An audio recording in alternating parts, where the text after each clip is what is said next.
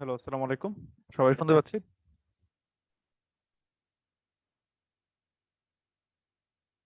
জি ভাই, শুনতে পাচ্ছি। ওকে, আমরা শুরু করব কিছুক্ষণের মধ্যেই। আমি আমার স্ক্রিনটা শেয়ার করব এখন, একটু জানাবেন সবাই দেখা যায় কিনা।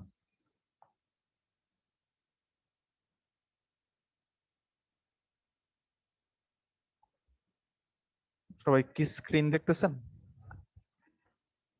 হ্যাঁ ভাইয়া। আচ্ছা, ওকে। এটা একটু দেখি যে আচ্ছা, ব্ল্যাক এন্ড হোয়াইট কি করা যায় এটা?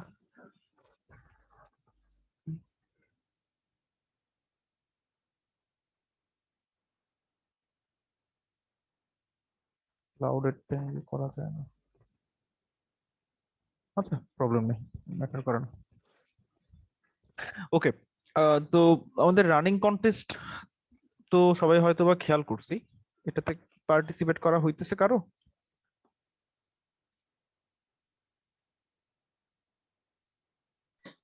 জি।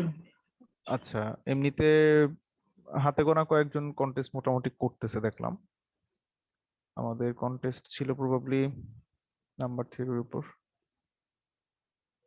তো প্রথমটা অনেকেই করছেন, যেটা ছিল প্রবাবলি টি প্রাইমস। এটা অনেকে করছে দেখলাম। আইডিয়া ছিল মেবি যে, দেখি সবাই কি করছে।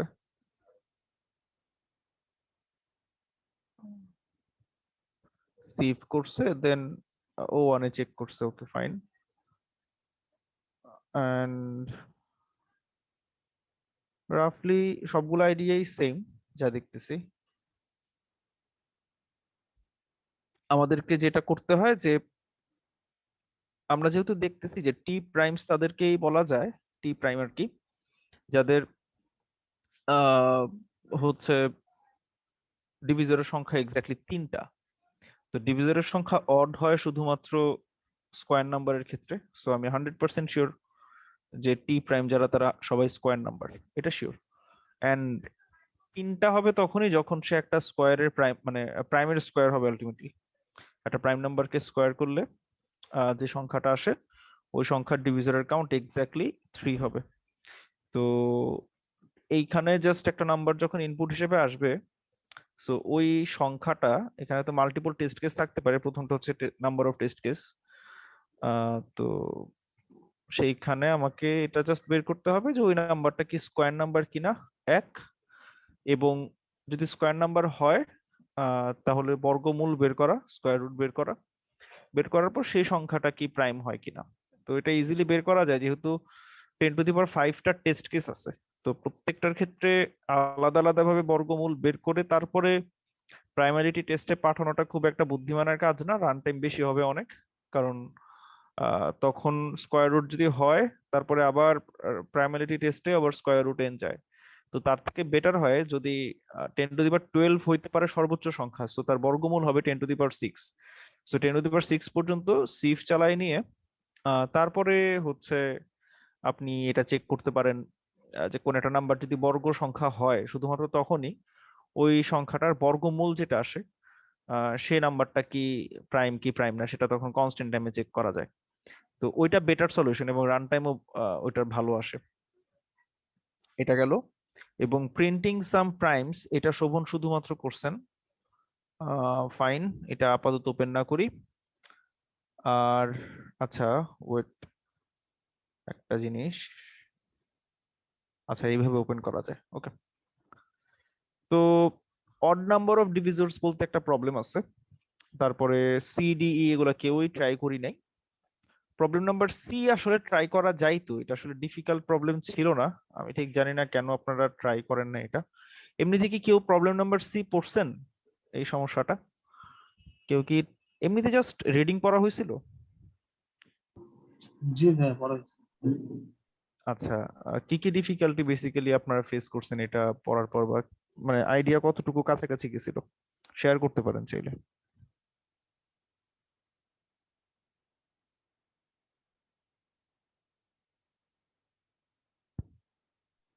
এটার ভাইয়া আইডিয়াটা হচ্ছে যে আচ্ছা যে মানে প্রাইম নাম্বারের যোগফল দিয়ে আর কি বের করতে হবে।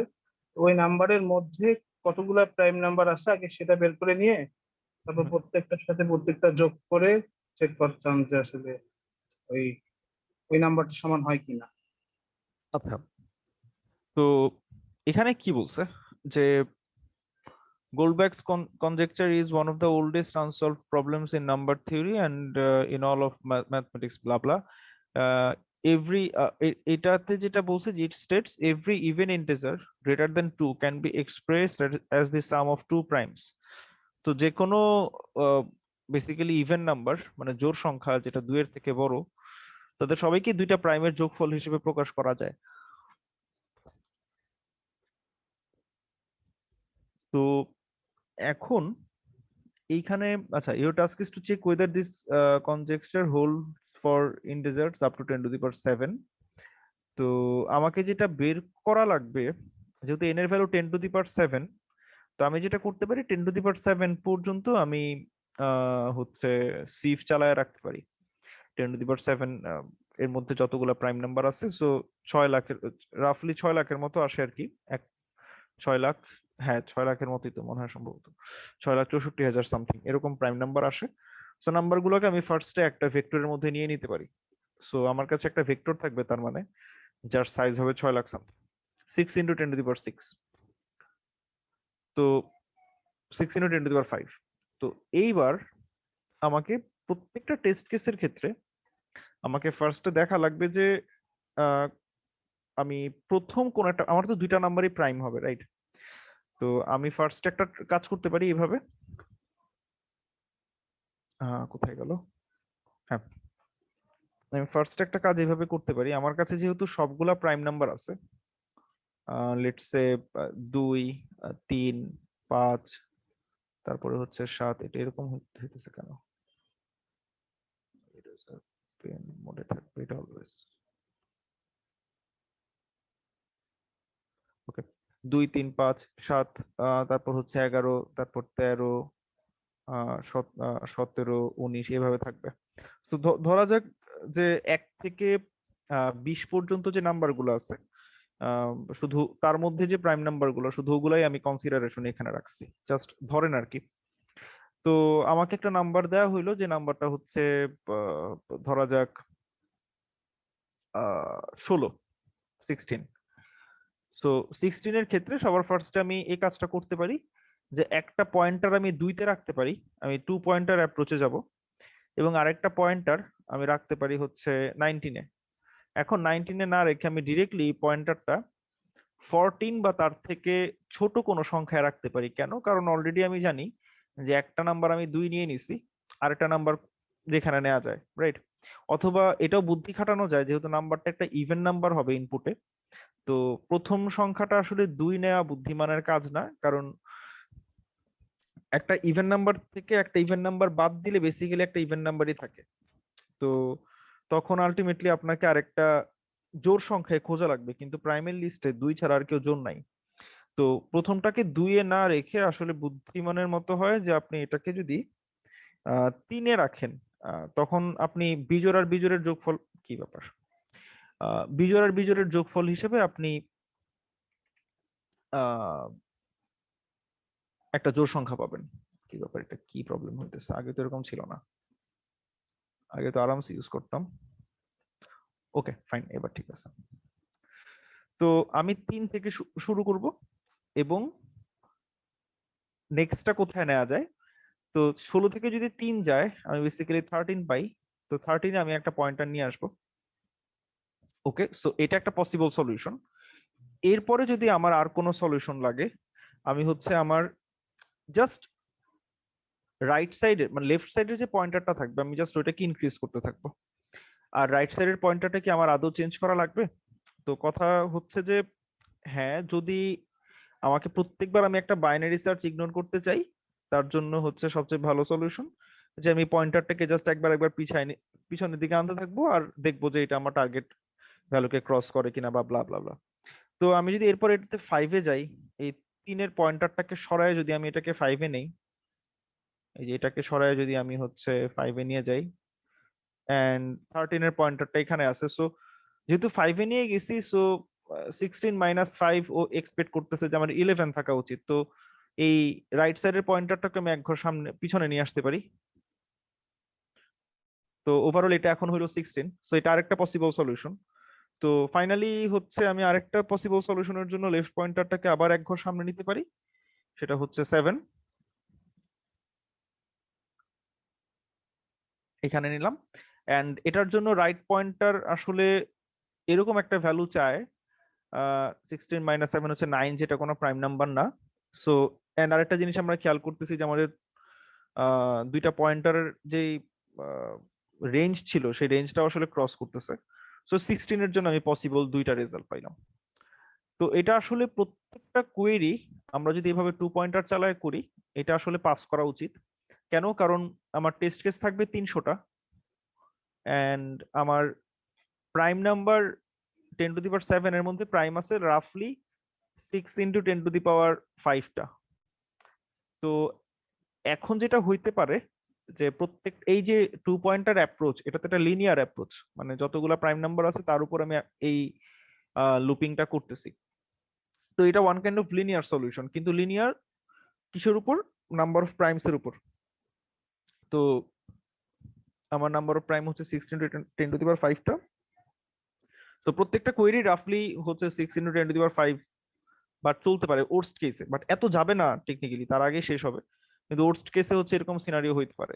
তো এটার গুণ করলে কত আসে? 3 6 18, আর এদিকে আসবে 5 6 7 10⁻7। সো এটা আসবে 1.8 ইন্টু 10⁻8, এরকম কিছু একটা আসবে। তো সবগুলো টেস্ট কেস তো আর এরকম থাকবে না। তো এইখানে আমার টাইম লিমিট হচ্ছে 4 সেকেন্ড। তো 1.8 ইন্টু 10⁻8 অ্যাকচুয়ালি এটা একসেপ্ট হওয়া উচিত। তো এরকম ব্রুট ফোর্স টাইপের সলিউশন দিলেই এটা আসলে এক্সপেক্টেড হওয়ার কথা। তো এটা তো ট্রাই করে দেখেন সবাই। আর ইন্টেলিজেন্ট ফ্যাক্টোরিয়াল ফ্যাক্টরাইজেশন একটা প্রবলেম, এইটা কে কে ট্রাই করছি এখন পর্যন্ত?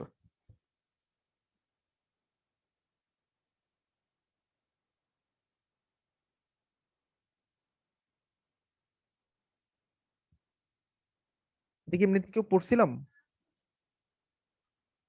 এভাবে পড়া হয়নি আসলে, অন্য দুইটা নিয়ে আটকে আছে তো, অন্যগুলো পড়া হয়নি আসলে।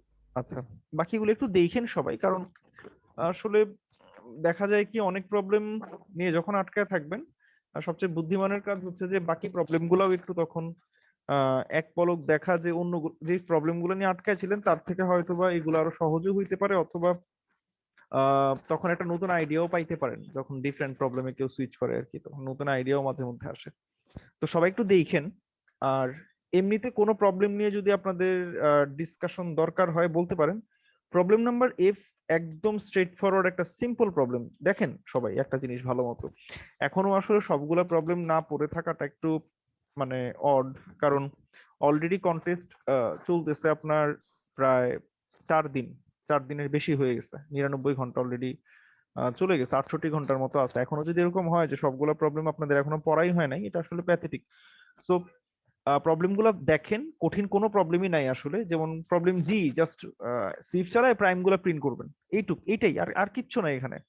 আর জাস্ট 100 ঘর পর পর প্রাইম গুলো প্রিন্ট করতে হবে আর কি, মানে প্রথম প্রাইম, তারপর 101তম প্রাইম, তারপরে 201তম প্রাইম, এইভাবে জাস্ট প্রিন্ট করবেন, এইটাই। সবগুলা প্রাইম তো প্রিন্ট করলে অনেক জায়গা লাগবে, সো সবগুলো আর কি প্রিন্ট করতে মানা করছে। ভাই এটা প্রবলেম, দেখা হয়েছিল, এটাতে হ্যাঁ হচ্ছে হ্যাঁ, মানে ইএফ আর এইচ টা দেখা হয়েছিল তো। এইচ এ জানি একটু, হ্যাঁ এটা একটা গেলাম। দিয়ে একটাকে ওপেন করলেই হবে। হুম হুম এইটাতে হচ্ছে ভাই আমি মানে আমি যেভাবে চিন্তা করছিলাম যে হুম মানে এখানে আমার সমস্যাটা কি হয়েছিল, মানে এটাতে তো মানে আমার যেটা মনে হলো যে এটাতে ধরেন হচ্ছে যে ইনপুটটা তো আসবে, সেই ইনপুটটার হচ্ছে সবচেয়ে বড় কোন প্রাইম নাম্বার দিয়ে ওইটা হচ্ছে ডিভিজর, সেই সেই জিনিসটা বের করা। হুম হুম হুম। তো হচ্ছে মানে তো এইটা যদি আমি যদি ওই রুট পর্যন্ত মানে ওই ধরেন হচ্ছে রুট পর্যন্ত ওই কাজটা করি, তাহলে তো মানে আমার সিক্সটাতে হচ্ছে মানে রেজাল্ট আসে না, কিন্তু 100-এ রেজাল্ট আসে। তাহলে আর টুতেও তো মানে ই আসতেছে না, মানে বুঝতে 6 পেরেছি। এর যদি রুট করি তাহলে তো 2 আসতেছে। আচ্ছা বুঝছি। তো তো তাহলে তো হচ্ছে 3 হচ্ছে না, কিন্তু আচ্ছা, 100-এ আবার ওই কাজটা হচ্ছে, তাহলে এই আমি বুঝছি বুঝছি, এইটা। বুঝতে পারছি। ইস্যুটা হচ্ছে যে তুমি যখন 2 পর্যন্ত লুপটা চালাও তখন আসলে কি ঘটে। তো তুমি যেটা করতে চাইছো যে একটা নাম্বার তোমার কাছে আছে 6, তুমি এর যত মানে ডিভিজর আছে তা বের করতে চাও এবং তুমি লুপটা চালাইতে চাইতেছো স্কয়ার রুট অফ 6 পর্যন্ত, যেটা টেকনিক্যালি হচ্ছে ইন্টিজার ক্যালকুলেশন করলে এটা 2 এর মতো আসে, কারণ 4 আর 9 এর মাঝখানে। তো তুমি লুপটা চালাইতেছো let's say i equals to 1 থেকে 1 বা 2 থেকে তুমি চালানো শুরু করছো, তোমার লুপটা আসলে চলবে 2 পর্যন্ত, রাইট? হ্যাঁ। তো এইবার তুমি বলতেছো যে ভাই 2 তো পাইতেছি, 3 তো পাই না, আমার তো 3 দরকার। বেসিক্যালি তুমি যখন কোন একটা সংখ্যা দিয়ে ভাগ দাও, এই যে স্কয়ার রুট পর্যন্ত তুমি যে ইটারেশনটা চালাইতেছো, আমাদের কিন্তু ডিভিজর জোড়ায় জোড়ায় আসতো, খেয়াল আছে? এ একটা ছিল, বি একটা ছিল, এদেরকে গুণ দিলে তুমি এন পাইতা, রাইট? তুমি লুপটা আসলে চালাইতেছো এর উপর, বি এর উপর কিন্তু তুমি লুপ চালাইতেছো না, রাইট? সো আই একটা ডিভিজর হইতে পারে, যদি আই একটা ডিভিজর হয় তাহলে আরেকজন ডিভিজর ছিল, সে হচ্ছে এন বাই আই। তোমার এই এন বাই আই কেও কনসিডার করা লাগবে। তুমি যখন এন বাই আই ঠিক কে আছে, কনসিডার করবা তখন তুমি 3 কে খুঁজে পাবা, বুঝছো? তো এইটাকে নাম্বারগুলো যদি 14 ডিজিট পর্যন্ত থাকতে পারে, 14টা ডিজিট থাকতে পারে, স্কয়ার রুট অ্যাপ্রোচে গেলে 10⁻7 আর 450টা ইনপুট থাকতে পারে। আচ্ছা, সবচেয়ে বড় প্রাইম ফ্যাক্টর বের করা লাগবে। আচ্ছা, হ্যাঁ, ব্রুট ফোর্স পাস করা উচিত, কিন্তু আচ্ছা একটু চিন্তা করি এটা কি করা যেতে পারে। সবচেয়ে তো যেটা হয় যে মানে তুমি এটাকে প্রাইম ফ্যাক্টরাইজ করতে পারো, মানে ডিরেক্টলি ভাগ, মানে সব ডিভিজর চেক না করে তুমি একটু ডিফারেন্ট একটা অ্যাপ্রোচ ফলো করতে পারো। সেটা হইতেছে এরকম, তুমি ফার্স্টে 10⁻7 পর্যন্ত সব প্রাইম নাম্বার বের করে রাখবা সবার ফার্স্টে। আচ্ছা, তো এটা তো 0.1 সেকেন্ডের মতো টাইম নিবে, হাইয়েস্ট 0.1 সেকেন্ড বা 0.34 সেকেন্ডের মতো টাইম নিবে। তো এইবার তোমার কাজ হইতেছে, তুমি একটা নাম্বার যখন পাবা ওই নাম্বারটাকে সবচেয়ে ছোট প্রাইম দিয়ে ভাগ করার ট্রাই করবা। যদি দেখো ও ভাগ যায় তাইলে ওকে ভাগ দিয়ে দিবা, মানে তোমার কাজ হইতেছে ভাগ করা, ভাগ করে নাম্বারটাকে ছোট করা আস্তে আস্তে। সো লেটস সে তোমার কাছে একটা নাম্বার আছে, ধরো এরকম 2⁻3 ইন্টু 3⁻2 আর 5⁻4, এরকম একটা নাম্বার তোমার কাছে আছে। সো এটা ইকুয়ালস টু সামথিং হইতে পারে, নাম্বারটা হয়তো অনেক বড় হবে আমি জানি না। তো এটা একটা নাম্বার তোমার কাছে আছে। সো তুমি এই নাম্বারটা যা হবে তা তো, আচ্ছা রাফলি কত হয় এটা একটু ক্যালকুলেট করে দেখা উচিত। 8 × 9 8×9 72, আর 25 × 25 25 × 25 × 72, সো 45,000-এর মতো হয়। 45,000 হয় নাম্বারটা, যদি ভুল না করি আর কি। তো 45,000 যদি হয়, এখন তুমি তার স্কোয়ার রুট যদি চিন্তা করো, 45,000-এর বর্গমূল কত আসে? বর্গমূল আসে তোমার 212। তার মানে তুমি 2 থেকে একটা লুপ চালানো শুরু করবা, এন্ড তোমার লুপটা চলবে হচ্ছে 212 পর্যন্ত। তো তুমি যেটা করবা সবার ফার্স্টে, তুমি তো চেক করবা যে 45,000-কে 2 দিয়ে ভাগ করা যায় কিনা। অ্যান্সার হচ্ছে যায়। তো 45,000-কে যে 2 দিয়ে ভাগ যায়, তো তোমার কাজ হবে যতবার 2 দিয়ে ভাগ যায় তাকে ততবার 2 দিয়ে ভাগ করে ফেলা। সুবিধা কি? সুবিধা হইতেছে নাম্বারটা ছোট হয়ে আসবে আস্তে আস্তে, এন্ড তোমার জন্য মানে ইটারেশনটা দ্রুত কমপ্লিট হবে। তো 45,000-কে 2 দিয়ে তুমি কয়বার ভাগ করতে পারবা? ওই দেখো প্রাইম ফ্যাক্টরাইজেশনই বলতেছে তুমি 3বার ভাগ করতে পারবা, রাইট? সো 45,000-কে তুমি 2 দিয়ে 3বার ভাগ করে ফেলো, যতবার ভাগ যাবে করে ফেলবা। সো এই 3বার ভাগ করার পর ওর রেজাল্ট, ওর চেহারা দাঁড়াবে হচ্ছে এরকম, তোমার 5,625। তার মানে নাম্বারটা কিন্তু বিশাল ছিল শুরুতে, রাইট? ওই 45,000-এর মতো ছিল। তুমি প্রথম ইটারেশনে তুমি যখন দেখলা যেটাকে 2 দিয়ে ভাগ যায়, তুমি তারপরে লুপ চালায় তাকে যতবার 2 দিয়ে ভাগ করা সম্ভব তাকে ততবার 2 দিয়ে ভাগ করে ফেললা। নাম্বারটা এখন ছোট হইলো, রাইট? তুমি কি এখন আর 212 পর্যন্ত তোমার আর লুপ চালানোর দরকার আছে? তোমার নতুন নাম্বারটা এখন কত হইলো? 5,625 না? মানে তোমার নাম্বারের মধ্যে যত 2 ছিল তুমি সব ভাগ করে বের করে ফেলছো। তাহলে তোমার নাম্বারটা এখন দেখতে কিরকম হবে? 3 square into 5⁴ equals to n, যে n ইকুয়ালস টু হচ্ছে তোমার 5,625। তুমি 2 এর কাজ সব শেষ করে ফেলছো, তাহলে এখন নাম্বারটা এরকম হয়ে যায় না, 75 বার চলবে। রাইট? তো এইবার তুমি যদি 5675 কে তুমি স্কোয়ার রুট করো, সরি 5625 কে স্কোয়ার রুট করো, এটা আসবে exactly 25, 75 sorry 75, right right. So এইবার আমার এই লুপটা কিন্তু তুমি যদি এই টার্মিনেটিং কন্ডিশনটা একটা ভ্যারিয়েবল প্যারামিটার রাখো আর কি, সো এটা এখন হয়ে যাবে 75, আর আয়ের ভ্যালু এখন ধরো 2 দিয়ে তো আর লাভ নাই, কারণ সে 2 এর কাজ তো শেষ।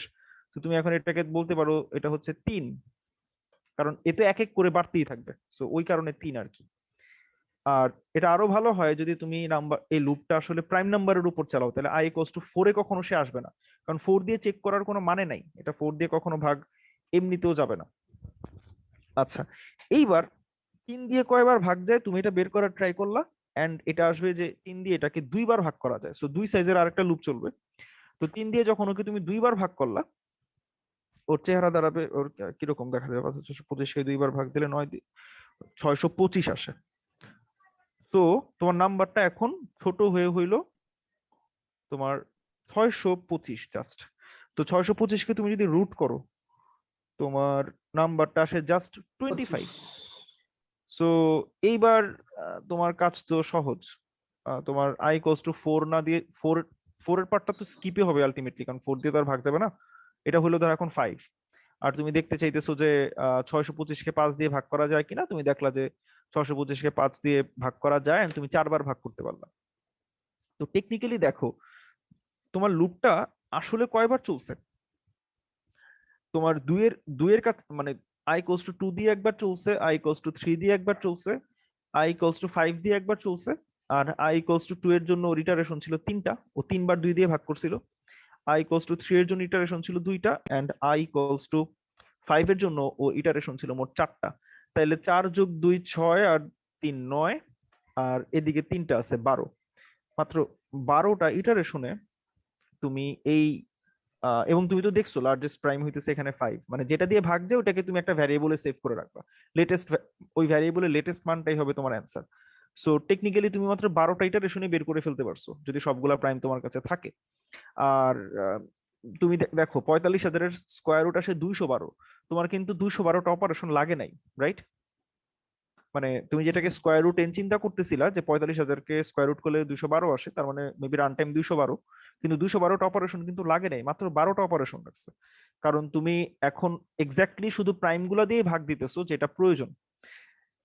সো এখন একটা নাম্বার যদি ধরো 10⁻14 লেভেলের হয়, তো এন্ড নাম্বারটা যদি এরকম হয় যে এটা ওর্স্ট কেস কোনটা আর কি, এরকম সিনারিওতে ওর্স্ট কেসটা কি আসে, ওর্স্ট কেসটা অনেকটা দেখতে এরকম হয় যে ধরো 10⁻7 এর থেকে 1 বা 2 কম এরকম একটা নাম্বার তার স্কোয়ার করবা, এবং সেটা প্রাইম নাম্বার। সো আচ্ছা, তা কি লাগে? হ্যাঁ, ধরো কথার কথা আমি জাস্ট লিখি, তুমি ধরে নাও আর কি এটা প্রাইম। তো 99999, 9 লক্ষ, এটা কত হয় যদি 8টা ডিজিট অ্যাড করতাম, 1 2 3 4 5 6 7। তো এই নাম্বারটা ধরো আর কি এটা একটা প্রাইম নাম্বার, তো এটাকে যে বর্গ করলে যে নাম্বারটা আসবে, যে বর্গ করলে যে নাম্বারটা আসবে, ধর এটা তোমার ইনপুট হিসেবে আছে n। তো এখন বললো যে এই ক্ষেত্রে সবচেয়ে বড় প্রাইম নাম্বারটা কত, তো এই ক্ষেত্রে তোমার লুপ চলবে আসলে তোমার 10⁻7 এর 1 থেকে 10⁻7 পর্যন্ত যত প্রাইম আছে তার সাইজ হচ্ছে রাফলি 6 × 10⁵, যেটা অলরেডি দেখছো। তো তোমাকে আসলে প্রাইমের লিস্ট পুরাটাই তখন একবার ইটারেট করা লাগবে। তো ওই লিস্টটা হইতে পারে তোমার ওই যে 6 × 10⁵, তার মানে রাফলি 10⁵ ধরতে পারো। তো 1 লাখ হবে তোমার লুপের সাইজ, আর তার মানে এটাই ওর্স্ট কেস। আর 1 লাখকে যদি 450 দিয়ে গুণ দাও, এটা আসলে খুব বেশি হয় না তখন, মানে 6 × 10⁵ ইন্টু 450। সো এটা কত আসে, 450 ইন্টু 6 ইন্টু 1 2 3 4 5। তো এইটা একসেপ্টেবল রেঞ্জেই থাকে। ওভারঅল 2.7 ইন্টু 10⁸ হয় মেবি, 1 2 3 4 5 6 7 8, 2.7, মানে 2.7 সেকেন্ড লাগার কথা, কিন্তু সবগুলাই তো আর তোমার ওই এরকম ওর্স্ট কেস থাকবে না। আর একটা জিনিস সবাই মেবি খেয়াল করছিলাম অলরেডি, যে 1 সেকেন্ডে আসলে 10⁸8 এটা আমাদের পেসিমিস্টিক ক্যালকুলেশন আর কি, বাট অ্যাকচুয়ালি রিয়েল লাইফে এর থেকে আরো ফাস্ট, কিছুটা ফাস্ট রান হয়। সো এটার টাইম লিমিট 2 সেকেন্ড, এটা ইজিলি পাস করবে। তো এই প্রবলেমটা হচ্ছে এইভাবে সলভ করা লাগবে। শোভন ভাই কি বুঝছো সলিউশনটা কি, বা জি ভাই, বুঝতে পারছি। কোন অ্যাপ্রোচে ট্রাই করা লাগবে? আচ্ছা, ই আর এফ ও দেখছিলাম। ইআরএফ দেখছিলা, ই ডিজিটস হ্যাঁ, অফ। ইতে হচ্ছে, ইতে মানে ইও বুঝতে পারছি, কিন্তু ইতে ইটা হচ্ছে ধরেন, ও একটু আমি বের করি। ইতে হচ্ছে ওই আপনার যে ফার্স্টে যেটা আসতেছে সেটাকে হচ্ছে ফ্যাক্টোরিয়াল করতে হবে, ফ্যাক্টোরিয়াল করার পরে হচ্ছে ওকে হচ্ছে মানে ওই ওই মানে অত বেজের একটা সংখ্যাতে কনভার্ট করতে হবে। কনভার্ট করার পরে যে কয়েকটা হচ্ছে আপনার ওই মানে 5টা হোক 7টা হোক যে কয়েকটা সংখ্যা আছে সেই সংখ্যাটা হচ্ছে আপনার ওই দিতে হবে, ডিজিট কয়টা আছে সেটা আউটপুট কাউন্ট করা দিতে লাগবে হবে। আর কি। আচ্ছা, তো এমনিতে কারো কি ধারণা আছে যে ধরা যাক বেস যদি সবসময় 10ই হইতো, বেস চেঞ্জ হবে না, বেস 10ই থাকবে, বেস ইনপুটে নাই, তো সেই ক্ষেত্রে প্রবলেমটা কিভাবে সলভ করা যেত? কোনো ধারণা? মানে প্রবলেমটা খুব সিম্পল, যে একটা ভ্যালু দেয়া আছে আমাদের কাছে n, আমাদের যেটা করতে হবে সেটা হইতেছে যে ওই n ফ্যাক্টোরিয়াল আমরা যদি বের করি, তো সেই n ফ্যাক্টোরিয়ালের ডিজিট কয়টা আছে সেটা বলা লাগবে, এইটুকুই।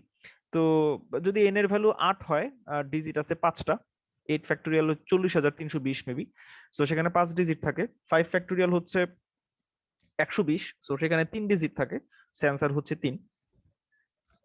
তো ভাই এটাই আর 5, ও হুম, হ্যাঁ। ওই তো বেজেও কনভার্ট করতে হয় না? না, তুমি ধরো বেস 10, ধরো বেস ও 10, ঠিক আছে। বেস নিয়ে ও চিন্তা ঠিক নাই আছে। কোনো, তাইলে কেমনে করবা? স্টেপ বাই স্টেপ করো। কারো কোনো ধারণা থাকলে বলতে পারেন যে ভাই যদি বেস এক্স্যাক্টলি 10 হয় অলওয়েজ, তাইলে আমি এইভাবে এইভাবে আগাবো। কারো কোনো ধারণা থাকলে, শোভন তো শেয়ার করতেছে সাথে, আর কারো কোনো ধারণা থাকলে বলতে পারেন।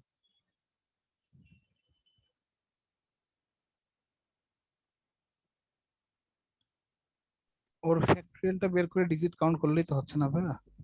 ফ্যাক্টোরিয়াল বের করা যাবে না, কারণ n এর ভ্যালু অনেক বড়। মানে আচ্ছা। প্রত্যেক টেস্ট কেসে, আর একটা সবচেয়ে বড় কথা হচ্ছে n এর মানে আপনি যদি 10⁶ ফ্যাক্টোরিয়াল তো আপনি বের করতে পারবেন না, কারণ বিশাল ভ্যালু আসবে, এত বড় ভ্যালু তো আপনি কোথাও স্টোর করতে পারবেন না। মানে ফ্যাক্টোরিয়ালটা পুরাটা ক্যালকুলেট করা যাবে না, এটা হইতেছে কাহিনী।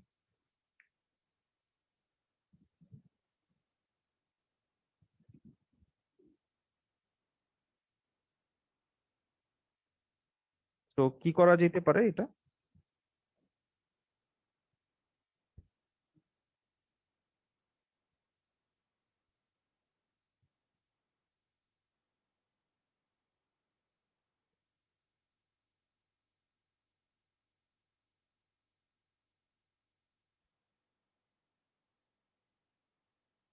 যে একটু চিন্তা করেন সবাই, যে আমি ফ্যাক্টোরিয়ালটা পুরোটা ক্যালকুলেট করব না, ক্যালকুলেট না করে আমি কি এটা সামহাও কোনোভাবে ডিজিটটা কাউন্ট করতে পারি কিনা, কোনোভাবে ডিজিটটা কাউন্ট করা সম্ভব হয় কিনা।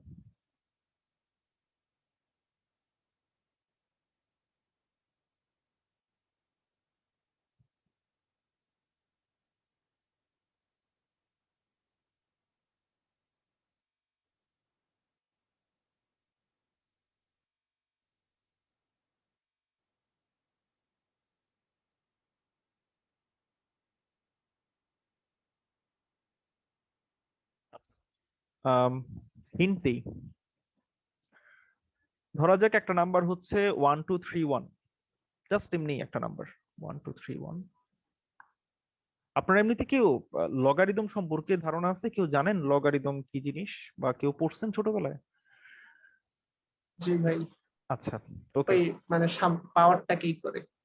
হ্যাঁ হ্যাঁ, তো আমরা যদি কোন একটা নাম্বারের লেটস সে 10 বেস নিয়ে আমরা কাজ করতেছি, 1231 আমরা এই নাম্বারটা লগ বের করি, আলটিমেটলি এটা আমাকে কি দিবে? ও একটা নাম্বার দিবে, লেটস সে সেটা হচ্ছে এক্স। তো আমি যদি এই 10⁻x লিখি, এক্স এর ভ্যালু যা আসবে, বেসিক্যালি এটা এক্স্যাক্টলি ইকুয়াল টু 1231 তখন হবে। তো এখন আমার ওরকম একটা এক্স দরকার, যে এক্সটা আমার 10-এর উপর বসাইলে সে নাম্বারটা 10^1231 এই নাম্বারটা সে দেখাবে। এখন আমার কথা হচ্ছে যে এইখানে 10-এর উপর পাওয়ারটা 1231 ধরেন একদম এক্সাক্ট করার দরকার নাই, মানে আপনি সবচেয়ে ক্লোজেস্ট একটা এক্স এর ভ্যালু চিন্তা করেন যার জন্য 10^পাওয়ার সামথিং ইকুয়ালস টু 1231 হবে, ক্লোজেস্ট কত হইতে পারে? অথবা যদি এক্সাক্ট মানে ওরকম ক্লোজ বলতে না পারেন, একটা রেঞ্জ বলতে পারেন যে এক্স এর ভ্যালু এত থেকে এতর মাঝখানে হবে, এটা বলতে পারা উচিত maybe।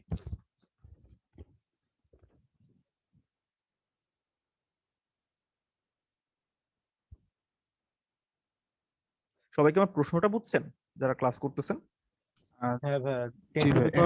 থেকে রেঞ্জ শুরু হলো, শেষ হবে ওইটা। শুধু 3 থেকে? হ্যাঁ, 10^3 থেকে। শুধু 3 3 নট থেকে। 10^3। আচ্ছা আচ্ছা, ওকে, মানে এক্স এর ভ্যালুটা বেসিক্যালি 3 থেকে 4 এর মাঝখানে থাকা উচিত। হ্যাঁ কেন? কারণ এটা খুব স্বাভাবিকভাবে বোঝা যায় যে 10^3 মানে হচ্ছে 1000 আর 10^4 মানে হচ্ছে 10,000। তো নাম্বারটা যেহেতু 1231, সো 10 মানে বেসিক্যালি এক্স এর ভ্যালুটা 3 থেকে 4 এর মাঝখানে কোন একটা ভ্যালু হবে। সো এটা যদি আমি লগ করি আসলে, তো লগ 1231 এটা আসে 3.0902 সামথিং এরকম। তো কথা হইতেছে আমার ফোকাসটা আসলে ওই 3 পয়েন্টের পরে কি আছে সেটা না, আমি যদি জাস্ট এটা করি যে 10-এর উপর পাওয়ারটা জাস্ট 3 দেই, ও আমাকে কি দিতেছে? 1000। দ্যাট মিনস এই এক্স এর যে ভ্যালুটা আমার আলটিমেটলি আসতেছে, এইটা অনেকটা ডিরেক্টলি আমার ডিজিট কাউন্টের সাথে রিলেটেড। কেমনে? আমি যদি একটা লার্জ একটা নাম্বার নেই, ধরা যাক লগ অফ 10, এন্ড এখানে আমি র্যান্ডমলি কিছু ডিজিট লেখা শুরু করলাম, 4 এরকম বিশাল একটা নাম্বার লিখলাম। আমি জানি না যে এই লগ 10 ব্লা ব্লা ব্লা সামথিং এটা রেজাল্ট এক্স্যাক্টলি কত আসবে, বাট আমি এটা অবশ্যই গেস করতে পারবো যে এটার ইন্টিজার ভ্যালুটা কত হবে। দশমিকের পর কি আসবে আমি জানি না, বাট ইন্টিজার ভ্যালুটা কত হবে এটা আমি বলতে পারবো। এটা কত হবে? এখানে ডিজিট যতগুলো আছে আগে দেখেন এখানে ডিজিট কয়টা আছে, 1 2 3 4 5 6 7 8 9 10, 10টা যেহেতু ডিজিট আছে, সো এটা গ্যারান্টিড যে এটার ইন্টিজারের পার্টটুকু 9 হবে। 9 পয়েন্ট সামথিং সামথিং হইতে পারে, কিন্তু ইন্টিজারের পয়েন্ট পার্টটুকু এটা 9 হবে শিওর।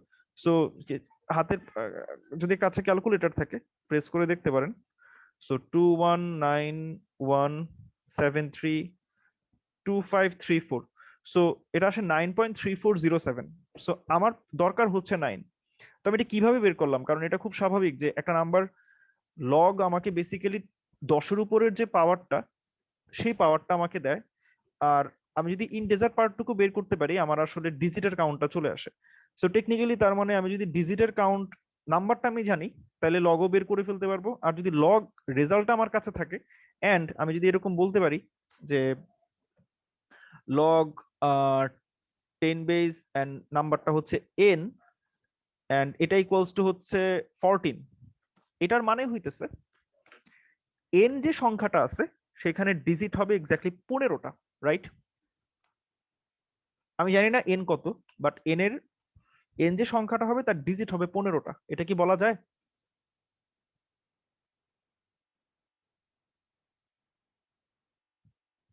সবাই একটু চিন্তা ভাবনা করে বলেন তো, যে কোন একটা সংখ্যা লগ নিব, সংখ্যাটা আমি জানি না কত, কিন্তু লগ নেওয়ার পর রেজাল্ট আসলো 14।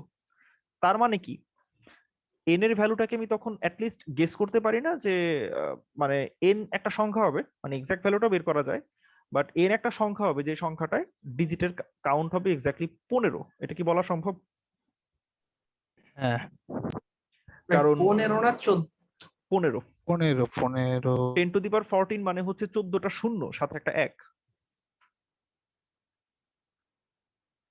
10^3 মানে 3টা শূন্য সাথে একটা 1। 10^2 মানে 2টা শূন্য সাথে একটা 1। সো 10 যত সেটা আসলে জিরোর কাউন্ট, সাথে 1 যোগ হয়। সো তাহলে তো ভাই এটা সলভ হয়ে গেছে। টেকনিক্যালি আমার কাছে আসলে দরকার কি, যে n ফ্যাক্টোরিয়াল দরকার, n ফ্যাক্টোরিয়ালের ডিজিট কাউন্ট দরকার। আমি জানি digit count of n equals to হচ্ছে লগ 10n প্লাস 1। কারণ লগের ভ্যালু যা আসে তার সাথে 1 আমাকে যোগ করা লাগবে, তখন আমার n এর এক্সাক্ট ডিজিট কাউন্ট আসবে। সবাই এটা চাইলে চেক করে দেখতে পারেন। সো আমার এখন আসলে দরকার হচ্ছে digit count of n factorial. আমি আসলে digit count of n factorial কিভাবে লিখতে পারি, ডিজিট কাউন্ট অফ n ফ্যাক্টোরিয়ালকে কিভাবে লেখা যায়, 1 ইন্টু 2 ইন্টু 3 ইন্টু এরকম করতে করতে করতে করতে আমি আসলে এটাকে n পর্যন্ত নিতে পারি। দ্যাট মিনস আমি আসলে এটাকে এইভাবে আসলে এক্সপ্যান্ড করতে পারি যে digit count of 1 into 2 into 3 into 4 into 5 ব্লা ব্লা ব্লা। এখন আমি তো অলরেডি জানি যে digit count of n factorial মানে হচ্ছে log something. That means digit count of 1 2 3 4 dot dot dot n, এটার কাউন্ট হবে বেসিক্যালি লগ অফ 10, আর এটার ভিতরে থাকবে 1 2 3 4 ব্লা ব্লা ব্লা n প্লাস 1। এখন এই যে বিশাল বড় একটা সংখ্যা লগ বের করা লাগবে, তো এইটা আমি কেমনে করব? তো সবাই যদি ভালো মতো খেয়াল করি, লগের একটা গুণের একটা ধর্ম আছে যে অনেকগুলো লগ, অনেকগুলো ভ্যালু যদি গুণ অবস্থায় থাকে লগকে আসলে যোগে কনভার্ট করা যায়। So log 10 1 plus log 10 2 plus log 10 3 আমি এটাতে কনভার্ট করতে পারি, এবং এই যোগফলটা আমার সামনে আগে যাবে হচ্ছে লগ n পর্যন্ত প্লাস 1, দুইটা অ্যাকচুয়ালি ইকুয়াল, একই কথা। সো আমি যদি লগ অফ 1 2 3 1 2 3 মানে হচ্ছে 1 ইন্টু 2 ইন্টু 3, এটাকে চিন্তা করি, আমি আসলে এটাকে এক্সপ্যান্ড করে এইভাবে লিখতে পারি log 1 plus log 2 plus log 3। এটা লগের প্রপার্টি। ওই যে অনেকে মেবি খেয়াল করছেন যে log ab equals to log a plus log b, মনে আছে ফর্মুলাটা কারো? Log ab equals to log a plus log b। So এই যে এটা লগকে আসলে এইভাবে ভাগ করে লেখা যায়। তো এটাকে এক্সপ্যান্ড করা যায় আসলে, এটা দুইটা টার্মের জন্য ট্রু তা না, এটা 3টা 4টা 5টা 6টা বা এটা n সংখ্যক টার্মের জন্য ট্রু। সো আমি এটা ইজিলি তার মানে বের করতে পারতেছি। 10 বেস যদি হয় আমার জন্য আসলে 1 থেকে n পর্যন্ত n এর value maybe 10 to the power 6, তো ওই নাম্বারটা লগ তো ছোটই হয়। তো অবশ্যই খেয়াল রাখা লাগবে এখানে তাদের ডাবল ভ্যালু ক্যালকুলেট করা লাগবে। প্রত্যেকবার যদি আপনি ফ্লোর করতে থাকেন লগ ভ্যালুগুলোর, তাহলে প্রিসিশন হারায় যাবে, সো এটা করা যাবে না। সো টেকনিক্যালি আপনার সবগুলা লগের ভ্যালু বের করে রাখবেন। বেসিক্যালি লগের আপনার প্রিফিক্স সাম লাগবে আর কি, সবগুলা টেকনিক্যালি আপনার তো এটা লাগতেছে। ডিজিট n ফ্যাক্টোরিয়ালের ডিজিট কাউন্ট যদি আপনার বের করতে হয়, আপনি আসলে এটা করতেছেন যে সামেশন অফ i 1 থেকে n পর্যন্ত আপনি লগ 10i বের করতেছেন। এটা বের করার পরে এটার সাথে অতিরিক্ত একটা 1 আপনি যোগ করতেছেন, সো এটা আপনার ডিজিট কাউন্ট হইতেছে। তো আপনি প্রি ক্যালকুলেট করে রাখতে পারেন সবগুলা লগের সাম, তারপরে কনস্ট্যান্ট টাইমেই আপনি 1 থেকে n পর্যন্ত সব লগের সাম বের করতে পারবেন। সো তারপরে জাস্ট 1 যোগ করবেন। তো 10 বেজের জন্য এটা কনস্ট্যান্ট টাইমে সলভ হয়। কথা হইতেছে এটাকে 10 বেজ থেকে যে কোনো বেজে কিভাবে নেওয়া যায়। লেটস সে আপনাকে কেউ বললো যে 2 বেজে যদি আপনার ডিজিট সাম বের করতে, মানে ডিজিটার কাউন্ট বের করতে পারে, তখন কি করব? ওইটা লগ 10 এর জায়গায় লগ 2 দিয়ে দিলে হয় না? এক্স্যাক্টলি। তো কথা হইতেছে তার মানে কি আমি প্রত্যেকটা বেজের জন্য আলাদা আলাদা ভাবে ক্যালকুলেট করব? এটা তো কস্টলি। মানে এটা তো আমি 10 এর জন্য করলাম, আমি কি 2 এর জন্য আবার লগ 2 এর সব সাম বের করব?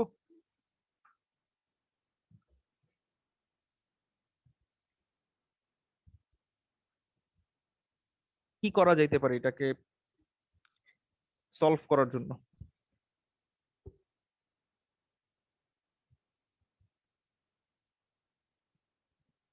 আমরা হচ্ছে বেস কনভার্সন করব। বেস কনভার্সন সম্পর্কে ধারণা আছে কারো?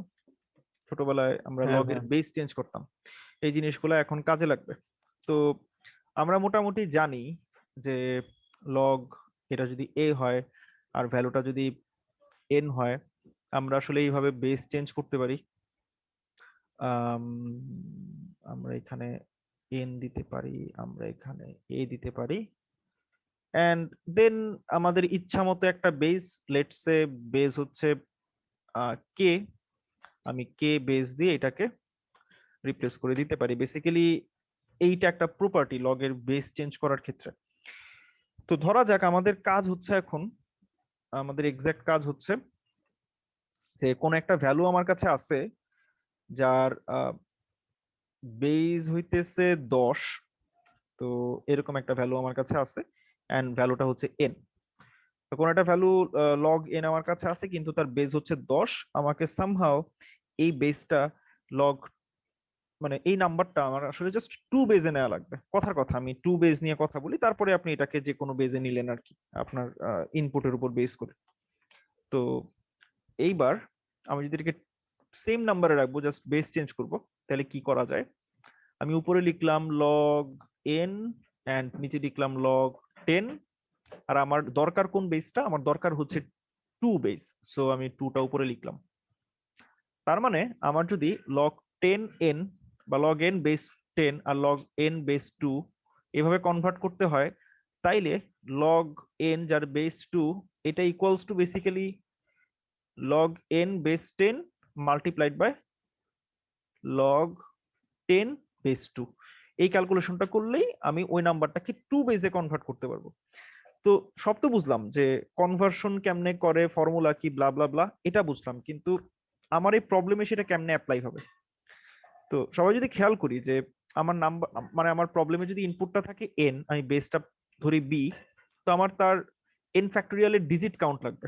সো সেটা হচ্ছে dig, অথবা আমি f অফ n ফ্যাক্টোরিয়াল লিখলাম, f অফ সামথিং হবে তার ডিজিট কাউন্ট। তো আমি অলরেডি সেটা দেখছি যে f অফ n ফ্যাক্টোরিয়াল মানে হচ্ছে লগ অফ, লেটস সে যদি বেস 10 হইতো তখন যেটা হইতো log of n factorial plus 1। তো আমি অলরেডি জানি লগ অফ n ফ্যাক্টোরিয়াল মানে হইতেছে, আমরা এটা অলরেডি বের করছি, লগ অফ n ফ্যাক্টোরিয়াল যেখানে বেস 10 এটা equals two summation of log i যার বেস হবে 10, যেখানে i এর ভ্যালু 1 থেকে n পর্যন্ত যাবে। সো এই সিরিজের সাম হবে basically log 10 log n factorial যার বেস হবে 10। তো আমাকে এই বেস 10 যেটা, এটাকে বেস বি তে কনভার্ট করা লাগবে। তার মানে আমি যেটা করব তখন, যে অলরেডি আমি কনভার্সনের ফর্মুলা দেখছি উপরে, যে কনভার্টটা কিভাবে কাজ করে এই যে উপরে। তো আমি এখন এই ক্ষেত্রে যেটা করব তার সাথে জাস্ট ধরা যাক লগ n ফ্যাক্টোরিয়াল বেস 10 আমার কাছে আছে, আমি এটার সাথে এই যে এখানে বের করছিলাম, আমি এটার সাথে জাস্ট গুণ দিয়ে দিব হচ্ছে লগ, আমার বেস যদি হয় ধরা যাক b, আমার বেস যদি b হয় তাহলে আমি জাস্ট, হ্যাঁ, আমার নাম্বারটা হচ্ছে লগ 10 এন্ড এটাকে আমি b বেজে নিয়ে আমি জাস্ট এটার সাথে গুণ করে দিব। সো ইভেন হ্যাঁ আচ্ছা, এটাও করা যায়, লগের বেসটা হচ্ছে b নিয়ে লগ 10 আমি জাস্ট এটার সাথে গুণ দিব। আমি যদি এটার সাথে গুণ দেই আমার নাম্বারটা বেসিক্যালি কনভার্ট হয়ে যাবে এন্ড বি বেজে কনভার্ট হবে এন্ড আমি তার সাথে 1 যোগ করব।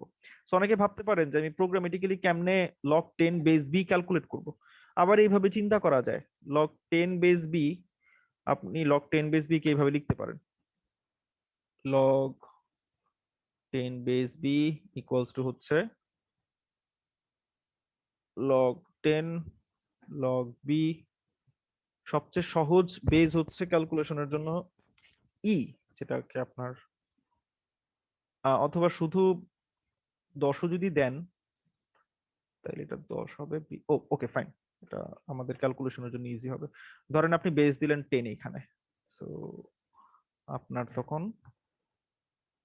আপনি এইভাবে ভ্যালুটা ক্যালকুলেট করতে পারেন চাইলে, যে লগ বি 10 বেসিক্যালি এটা আসে, উপরেরটা হচ্ছে লগ 10 10 হচ্ছে 1 আলটিমেটলি, সো 1 ডিভাইডেড বাই, আরে এটা কি হইতেছে, 1 divided by log 10 B. Basically আপনি বেস এবং ভ্যালুটার মধ্যে এইভাবে ইন্টারচেঞ্জ করতে পারবেন। তো লগ 10 বেস বি এটা ক্যালকুলেট করা difficult, but log B base 10 এটা ক্যালকুলেট করা ইজি। সো বেসটা 10 থাকতেছে, এটা অলরেডি বিল্ট ইন ফাংশনে আছে। তো আপনি এটাকে চেঞ্জ করে, এই গুণের পার্টটাকে চেঞ্জ করে আপনি চেঞ্জ করতে পারেন। কি ব্যাপার, এত বাক কেন? আমি ক্লিন করতেছি অনেকক্ষণ আগে, এখনো ক্লিন হয় না। সেকেন্ড দেখি। ওকে, আচ্ছা। তো আমরা যেটা করতে পারি, এই গুণটা না দিয়ে আমরা এটাকে বেসিক্যালি ভাগ দিতে পারি, এটা আরো ইজিয়ার, যেহেতু লগ বি ক্যালকুলেট করা আমার জন্য সহজ। সো ওই জাস্ট সামটা যদি আমি কনস্ট্যান্ট আমি বের করতে পারি, ওইটাকে জাস্ট লগ বি দিয়ে যদি ভাগ দেন, তাহলে বি বেজে আপনার রেজাল্টটা চলে আসবে আলটিমেটলি, এন্ড তার সাথে আপনি ফাইনালি 1 যোগ করবেন। আমি এখানে এটাকে 10 এর জায়গায় বি লিখে দিই, এটা আরো অ্যাকুরেট হয়, কারণ আপনি log n factorial base b এটাই ক্যালকুলেট করবেন। সো এটা ইকুয়ালস টু হইতেছে লগ এন ফ্যাক্টোরিয়াল বেস 10 আর log B base 10। So ultimately এটাই হবে আপনার অ্যান্সার। তো এখন কি সবাই মোটামুটি বুঝতে পারছেন প্রবলেমটা আসলে কেমনে সলভ করা যেতে পারে? লগের আইডিয়াটা কি ক্লিয়ার হয়েছে? হ্যাঁ ভাইয়া। ওকে, তো বেসিক্যালি এই ধরনের ম্যাথ মানে প্রোগ্রামিং এ দরকারই হয়। তো লগ রিলেটেড কনসেপ্ট একটু ক্লিয়ার করে রাখেন সবাই, হয়তোবা খুব মানে কোনো ম্যাথ জানা লাগবে না, যে লগ রিলেটেড অনেক ম্যাথ আমি জানি এরকম কিছু না।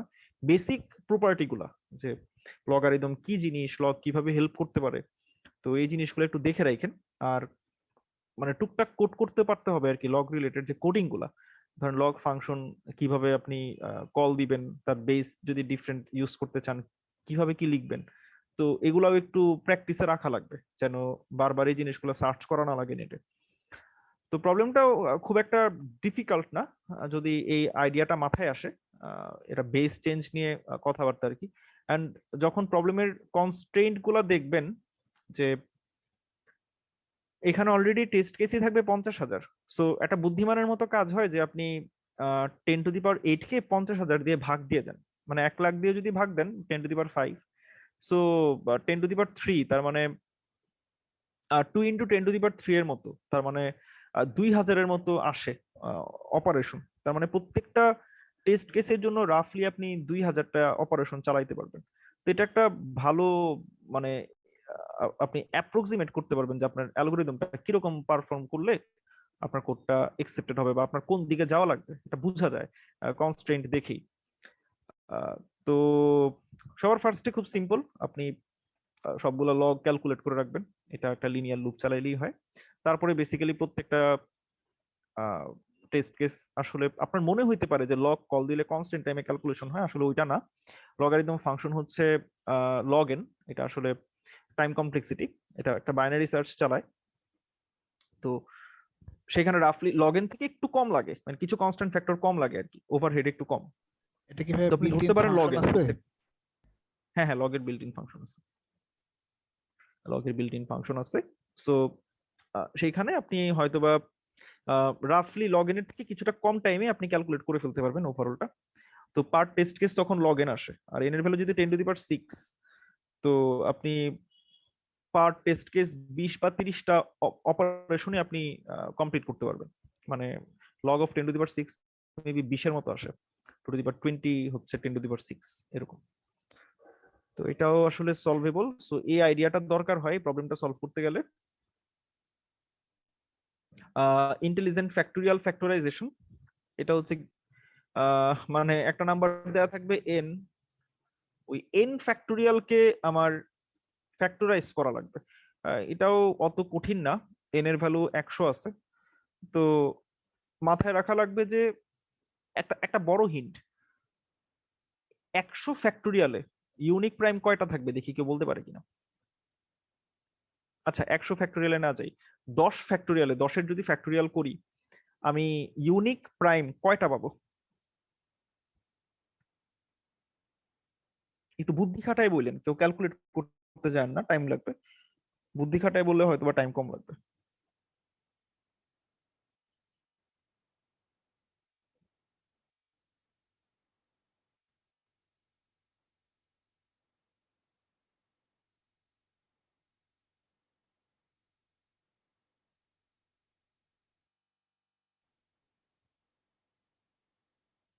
কেউ পারবেন না?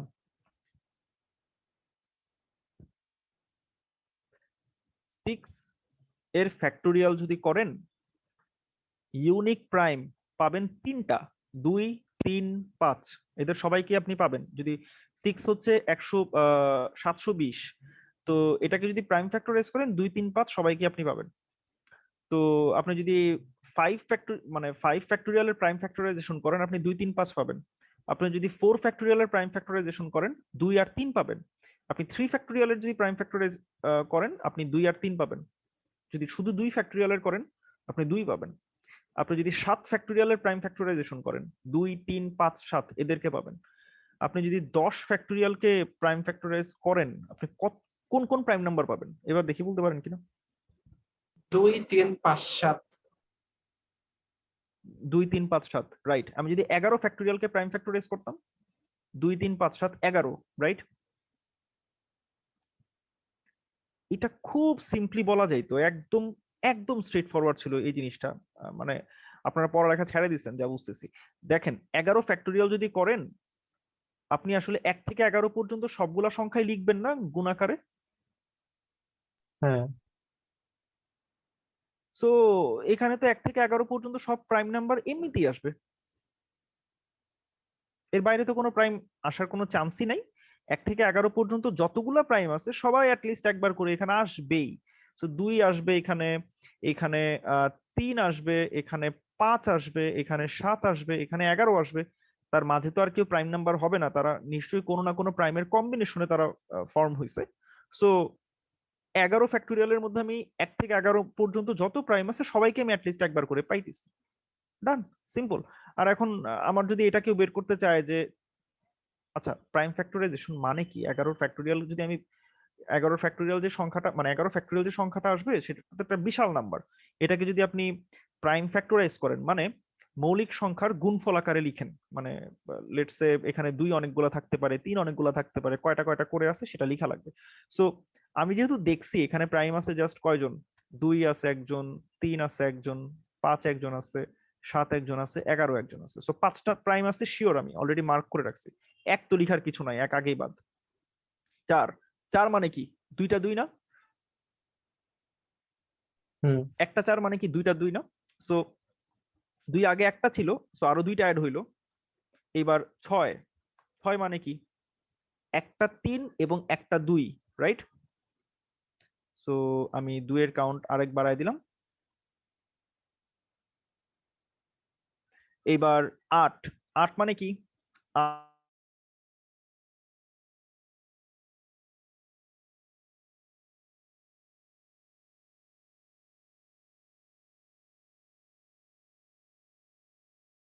ওয়াও এত ল্যাগ, 2 টু দি পাওয়ার 7। আর তারপর হচ্ছে 9 আর 10, 9 এর জন্য 3 2টা বাড়বে, আমি এটাকে 4 লিখলাম। আর 10 এর জন্য হচ্ছে একটা 5 বাড়বে আর একটা 2 বাড়বে। সো আমি 11 ফ্যাক্টোরিয়ালকে 11 ফ্যাক্টোরিয়াল যদি আমি বের করতাম তার প্রাইম ফ্যাক্টরাইজেশনটা দেখতে এরকম হইতো 8 2 two the power 8 into 3 two the power 4 into 5 two the power 2 into 7 into 11। তো আমার আসলে 11 ফ্যাক্টোরিয়াল বের করাও লাগে নাই, আমি ইজিলি এটা ক্যালকুলেট করে ফেলতে পারছি যে এটা প্রাইম ফ্যাক্টরাইজেশনটা দেখতে কিরকম। তো আমি প্রথম হিন্ট হচ্ছে আমি জানি সবগুলা মানে ওই রেঞ্জের মধ্যে সব প্রাইমই থাকবে তার প্রাইম ফ্যাক্টরাইজেশনে, কেউ মিসিং থাকবে না। এক নাম্বার 2 আমাকে জাস্ট এটা ক্যালকুলেট করা লাগবে যে একটা প্রাইমের কন্ট্রিবিউশনটা আসলে কতটুক। লাইক 11 ফ্যাক্টোরিয়ালে 2 কয়টা থাকবে, 11 ফ্যাক্টোরিয়ালে 3 কয়টা থাকবে, 11 ফ্যাক্টোরিয়ালে 5 কয়টা থাকবে, এইটা আমাকে এফিশিয়েন্টলি বের করতে পারতে হবে। আমি সবাইকে সাজেস্ট করব খুব সিম্পলি কাজটা করা যায়। আমি এখনই সলিউশনটা বলে দিতেছি না, এটার একটা মুখস্থ ফর্মুলা সবাই ইউজ করে, বাট প্লিজ এটা না বুঝে কেউ করেন না, মানে জিনিসটা খুবই ইন্টারেস্টিং।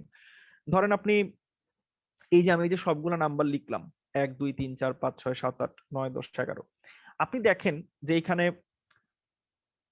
2 অ্যাজ এ প্রাইম কোথায় কোথায় কন্ট্রিবিউট করতেছে, কোন কোন নাম্বারে কন্ট্রিবিউট করতেছে, এন্ড সেই কন্ট্রিবিউশন গুলা আপনি কোনোভাবে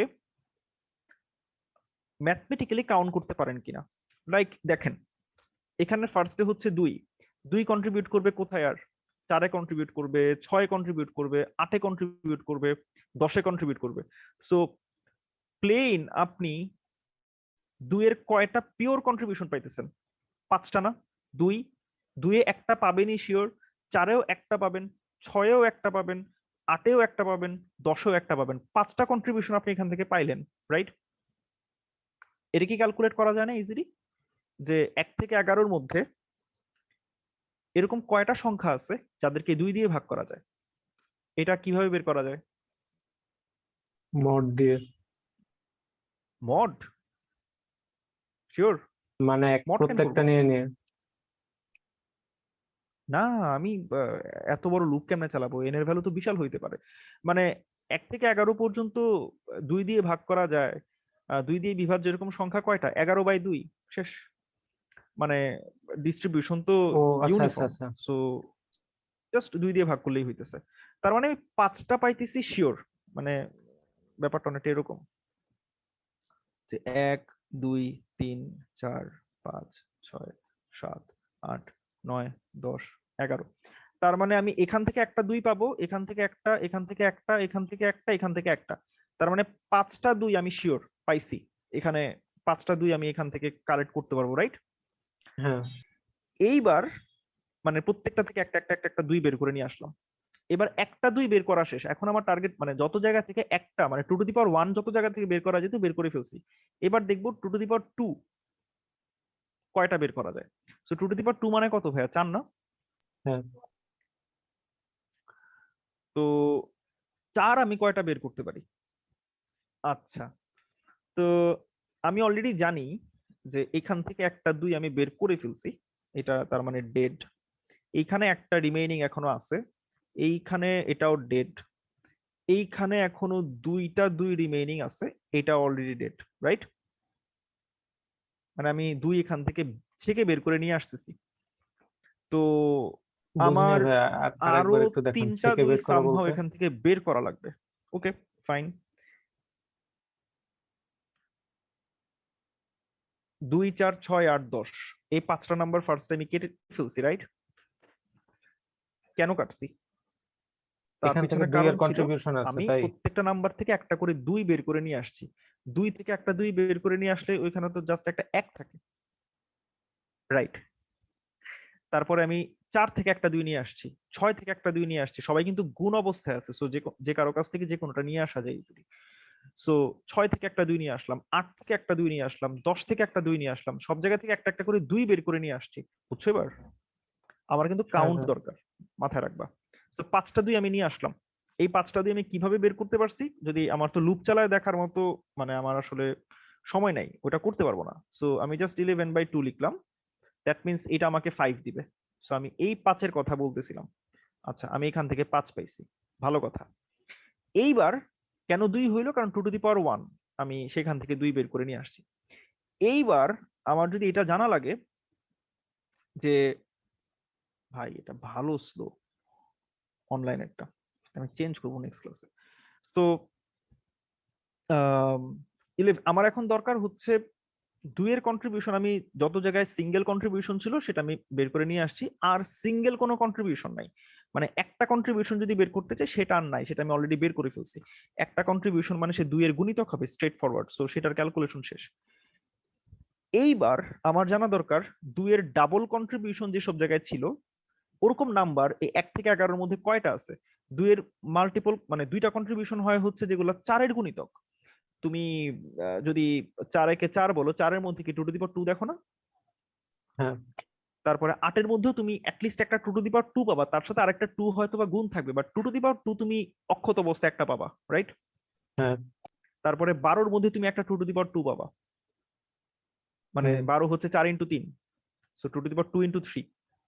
তো তারপরে তুমি 16-এর মধ্যে একটা 2 টু দি পাওয়ার 2 পাবা, তার সাথে আরেকটা 2 টু দি পাওয়ার 2 গুণ অবস্থায় থাকবে, বাট একটা 2 টু দি পাওয়ার 2 তুমি বলতেই পারবা যে এখানে আছে, রাইট? হ্যাঁ। তো আমার জানা দরকার 1 থেকে 11-এর মধ্যে এরকম 4-এর গুণিতক কয়টা আছে। কয়টা আছে 4-এর গুণিতক? 2টা। 2টা। দ্যাট মিনস আমি এইখানে আরো 2টা 2 বের করতে পারবো। কেমনে 2টা 2 বের করতে পারবো? একটা 2 আমি 4 থেকে বের করতে পারবো, রাইট? হ্যাঁ। একটা 2 4 থেকে বের করা যাবে, আরেকটা 2 আমি 8 থেকে বের করতে পারবো, কারণ 8-এর মধ্যে মোট 2 কয়টা ছিল? 3টা। তার মধ্যে প্রথমটা আমি আগেই বের করে ফেলছি, সো বাকি থাকে 2টা। তো ওইখান থেকে আমি আরেকটা 2 বের করে নিয়ে আসছি, ওই যে 4-এর পাওয়ার দিয়ে বের করে নিয়ে আসছি আর কি। সো বেসিক্যালি আমার এখন আর একটা 2 সেখানে বাকি থাকে। তো আমি যেহেতু 4-এর গুণিতক কাউন্ট করে ফেলছি, নেক্সট আমি কাউন্ট করব হচ্ছে 8-এরটা। 8-এরটা। সো 11কে যদি 8 দিয়ে ভাগ দাও তুমি 1 পাবা, তার মানে 11-এর মধ্যে 8-এর গুণিতক একজনই আছে। সো এখান থেকে তুমি আরেকটা 8 2 নিয়ে আসলা, সো আলটিমেটলি তুমি 5 যোগ 2 যোগ 1, আলটিমেটলি তুমি এখান থেকে 8 পাইলা। এটা হচ্ছে 2 এর কন্ট্রিবিউশন, বুঝাইতে পারছি? তো তুমি এইভাবে বাদ বাকি সব প্রাইমের ক্ষেত্রে কন্ট্রিবিউশন বের করতে পারবা, ভাগটা জাস্ট ওই প্রাইমের পাওয়ার দিয়ে করবা। মানে এটাকে অনেকে শর্টকাট ফর্মুলা মানে এক লাইনে দেখায় দেওয়া যায়, ওইটা অনেকে ইউজ করে, যে n ফ্যাক্টোরিয়ালের মধ্যে প্রাইম নাম্বার p ওর কন্ট্রিবিউশনের কাউন্ট যদি কেউ বের করতে চায়, এটা অনেকে এইভাবে ডিফাইন করে যে n by p floor plus n by p square floor plus n by p cube floor, যতক্ষণ না পর্যন্ত এই যে আমি যে রেশিওটা পাইতেছি এটা যতক্ষণ না পর্যন্ত 0 হয় ততক্ষণ পর্যন্ত এটা যোগ করে যাওয়া লাগবে। মানে এটা একসময় 0 হবে আর কি। সো 0 হলে এটা অ্যাকচুয়ালি বাদ দিয়ে দেওয়া লাগবে। কেন 0 হবে এটা তো ইজিলি বুঝাই যায়, কারণ n তো ফিক্স আছে আর নিচের পাওয়ারটা আস্তে আস্তে বড় হইতেছে। সো এটা অবশ্যই n এর কাছে একবার না একবার চলে যাবে এবং n কে সে ক্রস করবে। সো যখনই ক্রস করবে আমরা থামায় দিব। সো অলরেডি আমরা প্রুফ দেখছি এটা কেন কাজ করে। আমরা 11কে ফার্স্টে 2 দিয়ে ভাগ করছি, আমরা 2 এর হচ্ছে গুণিতক যারা ছিল তাদের থেকে একটা করে 2 নিয়ে আসছি, তারপর 2 টু দি পাওয়ার 2 মানে হচ্ছে 4, সো 4 এর গুণিতক যতগুলো আছে সেখান থেকে আরো কিছু 2 নিয়ে আসছি, দেন 8 এর গুণিতক গুলা থেকে 2 নিয়ে আসছি। সেম কাজটা, দ্যাট মিন্স আমি আসলে 11কে ফার্স্টে 2 দিয়ে ভাগ দিলাম, দেন 11কে 2 এর স্কোয়ার দিয়ে ভাগ দিলাম, দেন 11কে 2 এর কিউব দিয়ে ভাগ দিলাম, তার মানে 2 এর উপরের পাওয়ারটা শুধু বাড়তেই থাকবে আলটিমেটলি। তো এটা আসলে শুধু 2 না, এটা যে কোনো প্রাইমের ক্ষেত্রেই ট্রু, সেম ভাবে সেটা ক্যালকুলেট করা যায়। তো এটা হচ্ছে সেই ফর্মুলা, আমি জানিও না এই ফর্মুলার নামটা কি, অনেকে সে নামও জানে যে এটাকে এই ফর্মুলা বলে, আমি জানি না। আমি নিজে যখন এই প্রবলেমটা সলভ করা লাগছে আমি নিজে ভাবে প্যাটার্ন থেকে এই ফর্মুলাটা আমি বের করছিলাম যে আচ্ছা এইভাবে তো n ফ্যাক্টোরিয়াল থেকে p এর কন্ট্রিবিউশন বের করা যায়। পরে জানতাম যে এটা ওয়েল নোন ফর্মুলা, সবাই মোটামুটি এটা ইউজ করে, এন্ড এটা তখন আমার বেসিক্যালি জানা ছিল না। বাট একবার ওই প্রাইমটাকে বেসিক্যালি ভেঙে নিয়ে, মানে ওই প্রাইম অ্যাকচুয়ালি ফ্যাক্টোরিয়ালটাকে একবার ভেঙে নিয়ে তারপরে কন্ট্রিবিউশন গুলা চেক করে নেওয়াটা সবচেয়ে বুদ্ধিমানের কাজ, তখন বোঝা যায় যে এই ফর্মুলাটা কেন কাজ করে। এন্ড এই প্রবলেমটা হচ্ছে এই ফর্মুলার জাস্ট স্ট্রেট ফরওয়ার্ড একটা অ্যাপ্লিকেশন, আর কিচ্ছু না। তো এইটুকুই। এমনিতে আমি সবাইকে রিকোয়েস্ট করব যারা ক্লাস করতেছেন, হোপফুলি এখন মোটামুটি যারা ক্লাস করতেছেন তারা, আমি ধরে নিব যে তারা এই কোর্সের প্রতি রেগুলার এন্ড তারা কন্টেস্টের প্রতিও রেগুলার। সো আমার একটা বেসিক্যালি রিকোয়েস্ট থাকবে আর কি আপনাদের এখানে। আমি নতুন কোনো কিছু আনতে একটু ভয় পাই এই কারণে যে দেখা যায় অনেকে বলতে থাকে ভাই আগের জিনিসগুলো এখনো শেষ হয় না, প্র্যাকটিস করতেছি, নতুন কিছু দিলে দেখা যায় হয় না, বা তখন দেখা যায় আমার কাছে মনে হয় যে ওই লেকচারটা আসলে বৃথা, মানে আপনারা ক্লাসটা ঠিকই করেন কিন্তু ওই জিনিসটা ঠিক মতো বুঝতে পারেন না। সো যেটা আসলে সবার কাছ পর্যন্ত পৌঁছায় না সেটা ডেলিভার করতেও ভালো লাগে না, সত্যি কথা বলতে। তো আমি চাই যে এই যে কন্টেস্টটা হইতেছে, দেখেন আপনি যদি রেকর্ডিংটা আপনাকে দেয়া হইতেছে, রাইট? তো রেকর্ডিংটাও যদি আপনি ফলো করেন, আপনি কতগুলা প্রবলেম আজকে সলভ করতে পারতেছেন। প্রবলেম নাম্বার এ আপনি সলভ করতে পারতেছেন। আমি বি নিয়ে কথা বলি নাই, বি হচ্ছে এই কন্টেস্টেড সেটের বলা যেতে পারে হার্ডেস্ট প্রবলেম। আইডিয়া ইজি, কিন্তু খুবই সুন্দর আইডিয়া এটা। এই প্রবলেম সলভ করতে গেলে আপনি অনেক অনেক কিছু শিখবেন একটা প্রবলেম সলভ করতে গেলে। বাট একটু চিন্তা ভাবনা করে দেখেন, টাইম কমপ্লেক্সিটি নিয়ে চিন্তা করে দেখেন, ভালো লাগবে। তো সেটা বাদ দিলাম। সি, এটা আমি অলরেডি সলিউশন আজকে বলে দিছি, জাস্ট আপনাকে ইমপ্লিমেন্ট করা লাগবে। এন্ড ট্রাস্ট মি, ইমপ্লিমেন্ট নিয়ে কোনো ঝামেলা হইলে ইমপ্লিমেন্টেশনে আমাদের ডিসকর্ডে এখানে বললে এটা অবশ্যই অবশ্যই যে কাউকে ওই ধরনের হেল্প করা হয়। বাট আমি সচরাচর এই ধরনের কোয়েশ্চেনের অ্যান্সার আমি দেই না, অনেকে পার্সোনালি নক করছেন, আমি দেখছি যে মেবি উনি ক্লাসে নাই, বাট মানে দেখেন আমি আপনাকে অবশ্যই হেল্প করতে রাজি আছি। মানে ইভেন আমার মোস্ট পার্সোনাল টাইমেও যদি আপনি আমাকে নক দেন, আমি সম্ভব হইলে সেই কাজটা রেখে আমি বা ঘুমাইতেছি বা এরকম ঘুমের টাইম বা আমি সকালে মাত্র উঠলাম ওই সময় আমি আপনাকে হেল্প করতে রাজি আছি। বাট অবশ্যই আমি তখন দেখবো যে আপনি কতটুকু ইফোর্ট সেখানে দিছেন। আমি যদি দেখি যে এরকম এরকম অনেক কোয়েশ্চেন পাই যে প্রবলেম এর লিঙ্ক দিয়ে ভাই প্রবলেমটা পারি না, বুঝায় দেন। ফাইন, আমি বুঝায় দেওয়ার জন্য আছি, বাট এক্স্যাক্টলি কোন পার্টটা পারো না সেটা তো আমাকে বলা লাগবে। লাইক তুমি প্রবলেম স্টেটমেন্টটা পড়োই নাই, মানে প্রবলেমে কি বলছে সেটা তুমি লিটারেলি পড়ো নাই, না পড়ে তুমি জাস্ট প্রবলেমের লিঙ্ক আমাকে দিয়ে দিলা, আমি তোমাকে এখন কিভাবে হেল্প করব? আমি তো তোমাকে লাইন বাই লাইন ধরে অবশ্যই অবশ্যই বুঝায় দিব না, কারণ এটা তোমার জন্য কোনো লাভ হবে না, আমারও বেসিক্যালি টাইম লস। সো এটা আমি কোনোদিনই করব না। তো তাহলে কি ধরনের হেল্প চাওয়া যেতে পারে, কিভাবে হেল্প চাওয়ার একটা ওয়ে আছে অলওয়েজ। এই যে স্যাররা যে ক্লাসে সবসময় বলে যে তোমরা সবাই কোয়েশ্চেন করবা, আমি চাই যত কোয়েশ্চেনই করো, আমি বিরক্ত হব না, এইটা আসলে স্যাররা এক্সাক্ট সেন্টেন্সটা কিছু কারণে বলে না। সো এক্সাক্ট সেন্টেন্সটা হচ্ছে এরকম যে কনস্ট্রাকটিভ যে কোনো কোয়েশ্চেন আসলে অ্যালাউড।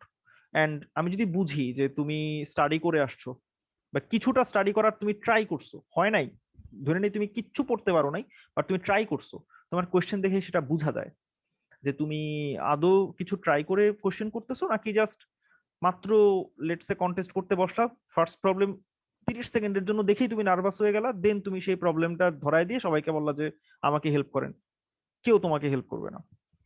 মানে তোমাকে হেল্প করা বেসিক্যালি ওই মানুষটা টাইম লস, এন্ড তোমারও টাইম লস, কারণ ওই মানুষটা যখন তোমাকে হেল্প করতেছে হাই চান্স তুমি সেটা বুঝবাই না, কারণ তুমি প্রবলেম স্টেটমেন্ট পড়োই নাই, ইভেন তুমি ট্রাইও করো নাই।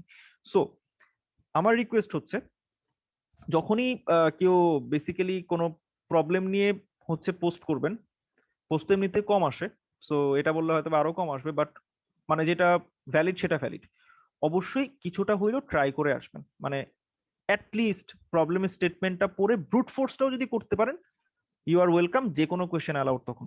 অ্যাটলিস্ট ব্রুট ফোর্সটা করতে পারতে হবে, না হয় যেভাবেই হোক সেই বেসিক কোডিং স্কিলটুকু আমাদের গ্রো করা লাগবে, আদারওয়াইজ ভালো জিনিসগুলো তো শিখতে পারবেন না। লেটস সে আমার এই প্রবলেমটা নিয়ে আমার কাছে কোয়েশ্চেন আসছিল, যেখানে জাস্ট এই প্রবলেম স্টেটমেন্টটাকে যদি বাংলায় কনভার্ট করেন, যা আসে ওইটুকু সে দেখে নাই, তখন আমি তাকে কিভাবে হেল্প করব? রাইট? তো বেসিক কাজ হচ্ছে প্রবলেম স্টেটমেন্টটা দেখার পর অ্যাটলিস্ট এটাকে, যদি এটা ভালো কোনোভাবে ভালো আইডিয়া না যে ট্রান্সলেট করে করে দেখা, বাট যতটুকু সম্ভব এটার মিনিংটা খুঁজে বের করা যে এখানে এক্স্যাক্টলি কি জানতে চাইছে। এই যে ইনপুটে হচ্ছে মাল্টিপল টেস্ট কেস নিয়ে কাজ করা লাগবে, and প্রত্যেকটা টেস্ট কেস কিভাবে দেওয়া থাকবে, এগুলো তো মোটামুটি বুঝাই যায়।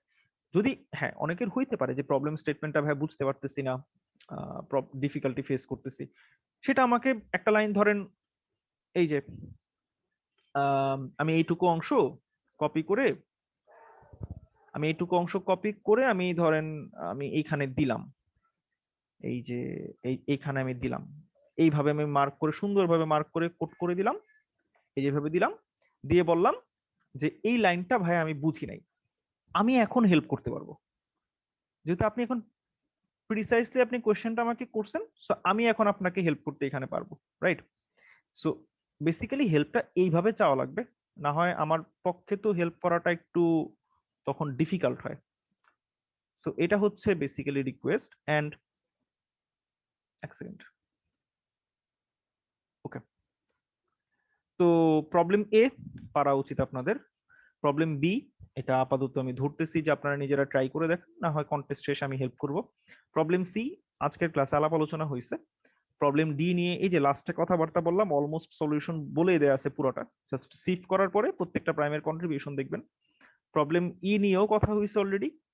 প্রবলেম এফ সবচেয়ে সোজা প্রবলেম, এটা যদি চিন্তা করেন প্রবলেমটা একবার পড়লেই বুঝবেন, একদম সিম্পল। কনস্ট্রেন্ট মাত্র এর ভ্যালু হাইয়েস্ট হতে পারে 3000, সবচেয়ে সবচেয়ে মানে ইজিয়েস্ট ব্রুট ফোর্স যদি আপনি অ্যাপ্লাই করেন এসি হবে এটা। আমি জানি এটা কেন কেউ ট্রাই করে নাই, মেবি মানে অন্য কেউ ট্রাই করে নাই দেখে কেউ ট্রাই করে নাই এটা। আর প্রবলেম জি জাস্ট সিভ, আর কিচ্ছু না। প্রবলেম এইচ, এইটা অলরেডি আজকে কথাবার্তা বলে ফেলছি। সো কয়টা প্রবলেম হলো? একটা, দুইটা, তিনটা, চারটা, পাঁচটা, ছয়টা, সাতটা, আটটা প্রবলেম মোট কন্টেস্টে আছে। সাতটা অলরেডি, ছয়টা অলরেডি আলাপ আলোচনা হয়ে গেছে, একটা একদম মানে যেগুলো আলাপ আলোচনা হয়েছে তার থেকেও সোজা। সো 6টা বা 7টা প্রবলেম আপনাদের ইজিলি পারা উচিত। সো দেখি আপনাদের মধ্যে কেউ চ্যালেঞ্জটা নিয়ে অ্যাটলিস্ট 6-7টা প্রবলেম জাস্ট ইমপ্লিমেন্ট করা লাগবে, অলরেডি সলিউশন এক্সপ্লেন করে দেওয়া হয়েছে। এই 68 ঘন্টার মধ্যে দেখি 6টা বা 7টা প্রবলেম কেউ সলভ করতে পারে কিনা। এটা জাস্ট হচ্ছে যারা কন্টেস্ট করতেছেন বা নতুন কেউ করতে চান তাদের প্রতি রিকোয়েস্ট, কারণ কন্টেস্টটা না করলে আপনারা শিখতে পারবেন না, নতুন নতুন জিনিস শুধু মাথায় ঢুকবে কিন্তু ভুলে যাবেন জিনিসগুলো কিভাবে কাজ করতেছে। সো আজকে নতুন আর কিছু দেখাবো না, এটাই রিকোয়েস্ট। 68 ঘন্টা টাইম, টার্গেটটা নিয়ে সবাই একটু ঝাঁপায় পড়েন। 68 ঘন্টা মানে কত? 2, 3, 2 দিনের বেশি, 3 দিন, আড়াই দিন, প্রায় 3 দিন, 72 ঘন্টা তো 3 দিন, সো প্রায় 3 দিন টাইম আছে। আচ্ছা, এইবার কারো কোনো কোয়েশ্চেন থাকলে বলতে পারেন। ইউনিক প্রাইমটা কি? ইউনিক প্রাইম হচ্ছে বেসিক্যালি ধরেন এই যে আমি যদি 45,000-কে প্রাইম ফ্যাক্টরাইজ করতাম, 2-কে আমি কয়বার পাইতাম? 3 বার না? হ্যাঁ ভাইয়া। 3-কে পাইতাম 2 বার এবং 5-কে পাইতাম 4 বার। তার মানে বেসিক্যালি 2 3 বার আসতেছে, 3 2 বার আসতেছে, 5 4 বার আসতেছে। আমি জাস্ট তাদের একটা অকারেন্স নিব, মাল্টিপল অকারেন্স আমি নিব না। সো এটাকে ইউনিক প্রাইম বলে। 2 তো 3 বার আসতেছে, সো আমি একবার নিব। 3 যদি 2 বার আসে একবার নিব, 5 যদি 100 বারও আসে আমি 5-কে একবারই নিব। সো এটাকে ইউনিক প্রাইম বলে আর কি, বা সিঙ্গেল কন্ট্রিবিউশন। মানে টেকনিক্যালি আপনি এই 3টা 2, 2টা 3 আর 4টা 5-কে আপনি যদি একটা সেটে ইনসার্ট করেন, সেই সেটটা দেখতে যেরকম হবে আর কি, ওইটাই। বুঝতে পারছি ভাইয়া।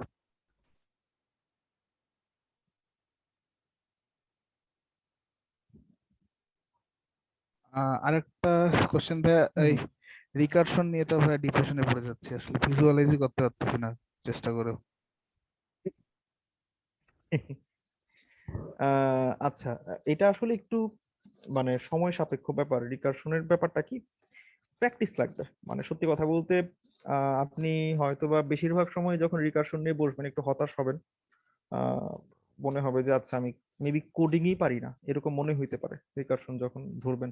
বাট রিকারশনটা শিখতে হলে এটাই সবচেয়ে বেস্ট ওয়ে, যে আপনি একদম নাল বা ভয়েড অবস্থাতেই বসেন এন্ড আপনি বেসিক রিকারশন থেকে বোঝার চেষ্টা করেন। ধরেন একদম সিম্পল রিকারশনটা ফার্স্ট একটু দেখেন, স্ট্যাকে কিভাবে ঢুকে জিনিসপত্রগুলা, স্ট্যাক থেকে কিভাবে বের হয়, এক্সিকিউশন ফ্লোটা কিরকম।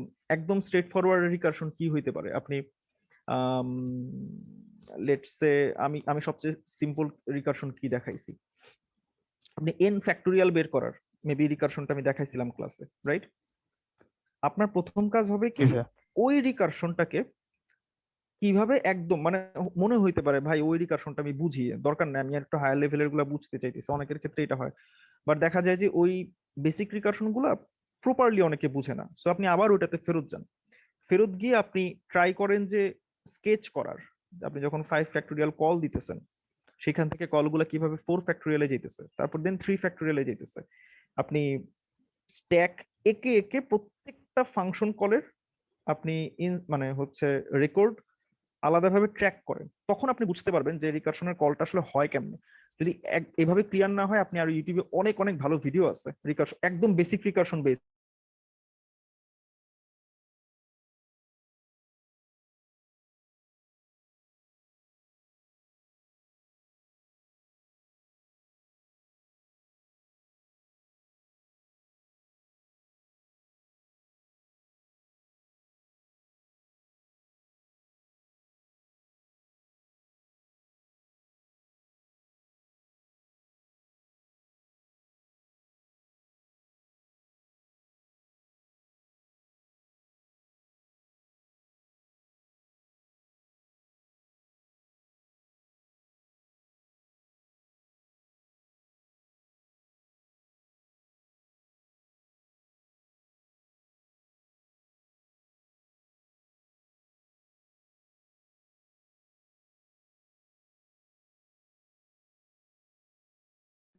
ভাইয়া কি চলে গেল? হ্যাঁ, সমস্যা মনে হয় নেটের কোনো কিছু। সবাইকে শুনতে পাচ্ছি? হ্যাঁ ভাইয়া। শোনা যাচ্ছে আচ্ছা, আমি জানি না কেন এটা ক্র্যাশ করলো। ওকে, উবুন্টুর জুম ক্লায়েন্ট ভার্সনটা একটু ঝামেলা আছে, এটা আমি এর আগে যখন ক্লাস নিয়েছিলাম তখনও সেম প্রবলেম। মেবি সামনের কয়েকটা ক্লাস আমার এটাতেই নেওয়া লাগতে পারে। আচ্ছা, তো যেখানে ছিলাম, ও রিকারশন নিয়ে।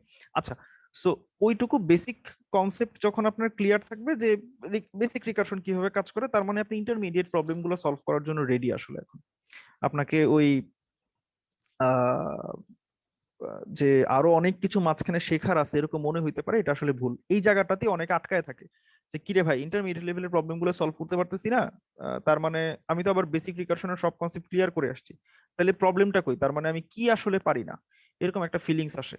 তো এটা হচ্ছে আপনার আসলে ওই একটা বিগ জাম্প হয় রিকারশনে আসার পর কোডিং স্কিলে। তো কোডিং স্কিল রিলেটেড যে গ্যাপটা থাকে ওইটা তখন কাভার হয়, এবং এটাতে ভালো পরিমাণে সময় লাগে। তো আমি রিকোয়েস্ট করব যে আপনি একটা প্রবলেম নেন, একটা ইন্টারমিডিয়েট লেভেলের প্রবলেম আপনি পিক করেন যেটা রিকারশন দিয়ে সলভ করা যায়, সবাই বলছে রিকারশন দিয়ে সলভ করা যায় এরকম একটা প্রবলেম, মোটামুটি ওয়েল নোন, সেটা আপনি একদম স্ক্র্যাচ থেকে ইমপ্লিমেন্ট করার ট্রাই করেন, কোথাও থেকে কোনো হেল্প না নিয়ে একদম র কোড করে করার ট্রাই করেন। তারপর এভাবে যদি আপনি 4-5টা প্রবলেম ট্রাই করেন, মানে এত ইজিলি আসবে না স্কিলটা, 4-5টা প্রবলেম ট্রাই করেন, তখন আপনি ফিল করতে পারবেন রিকারশন কিভাবে কাজ করে। না হয় এই জিনিসটা ফিল করাটা একটু ডিফিকাল্ট। ওকে, মানে এই যে ট্র্যাডিশনাল যে জিনিসপত্রগুলো শিখে ফেলতেছেন ধুপধাপ, এই যে সিফ শিখলেন, নাম্বার থিওরির অনেকগুলো কনসেপ্ট শিখলেন, রিকারশনটা এরকম না, রিকারশনের পুরো কনসেপ্টটাই হইতেছে কোডিং কনসেপ্ট। সো তখন মানে দেখা যায় যে এটা শিখতে একটু টাইম লাগে, অন্যান্য অ্যাপ্রোচ গুলোর থেকে এটা শিখতে একটু বেশি সময় নেয় এই। সো আমি রিকোয়েস্ট করব যে প্র্যাকটিস করেন, আর কোনো প্রবলেম নিয়ে যদি আটকান ওটা একটু বিস্তারিত লিখে আমাদের ওই ডিসকর্ড চ্যানেলে আমাকে মেনশন করে একটু জানান, আমি ফ্রি টাইমে এসে ওইটা আপনার রিজলভ করে দিব। আচ্ছা, সো কারো কোনো কোয়েশ্চেন থাকলে বলতে পারেন, আদারওয়াইজ আমরা ক্লাস শেষ করব, আজকে ক্লাসটা খুব বেশি দূর পর্যন্ত নিব না। সো কারো যদি কোনো কোয়েশ্চেন থাকে বলতে পারেন। আমাদের নেক্সট ক্লাসটা হবে হচ্ছে রেগুলার বুধবার এন্ড দেন বৃহস্পতিবার। সো মোটামুটি টানা ক্লাসই আমরা করব। আবার নেক্সট উইকে হচ্ছে 2 দিনের ক্লাস থাকবে, আবার এরপরে 3 দিন, 2 দিন 3 দিন এইভাবে। সো কারো কোনো কোয়েশ্চেন? হ্যাঁ, প্রবলেম জিটা একটু দেখবেন। প্রবলেম জি, আচ্ছা। হ্যাঁ, আপনার কিন্তু স্ক্রিন হ্যাঁ, শেয়ার প্রিন্টিং চলে সাম গেছে। প্রাইমস, বলো। হ্যাঁ হ্যাঁ, আমি স্ক্রিনটা অফ করে দিছিলাম আর কি, হ্যাঁ বলো। এখানে কি কাউন্টার বসায় করব? হুম।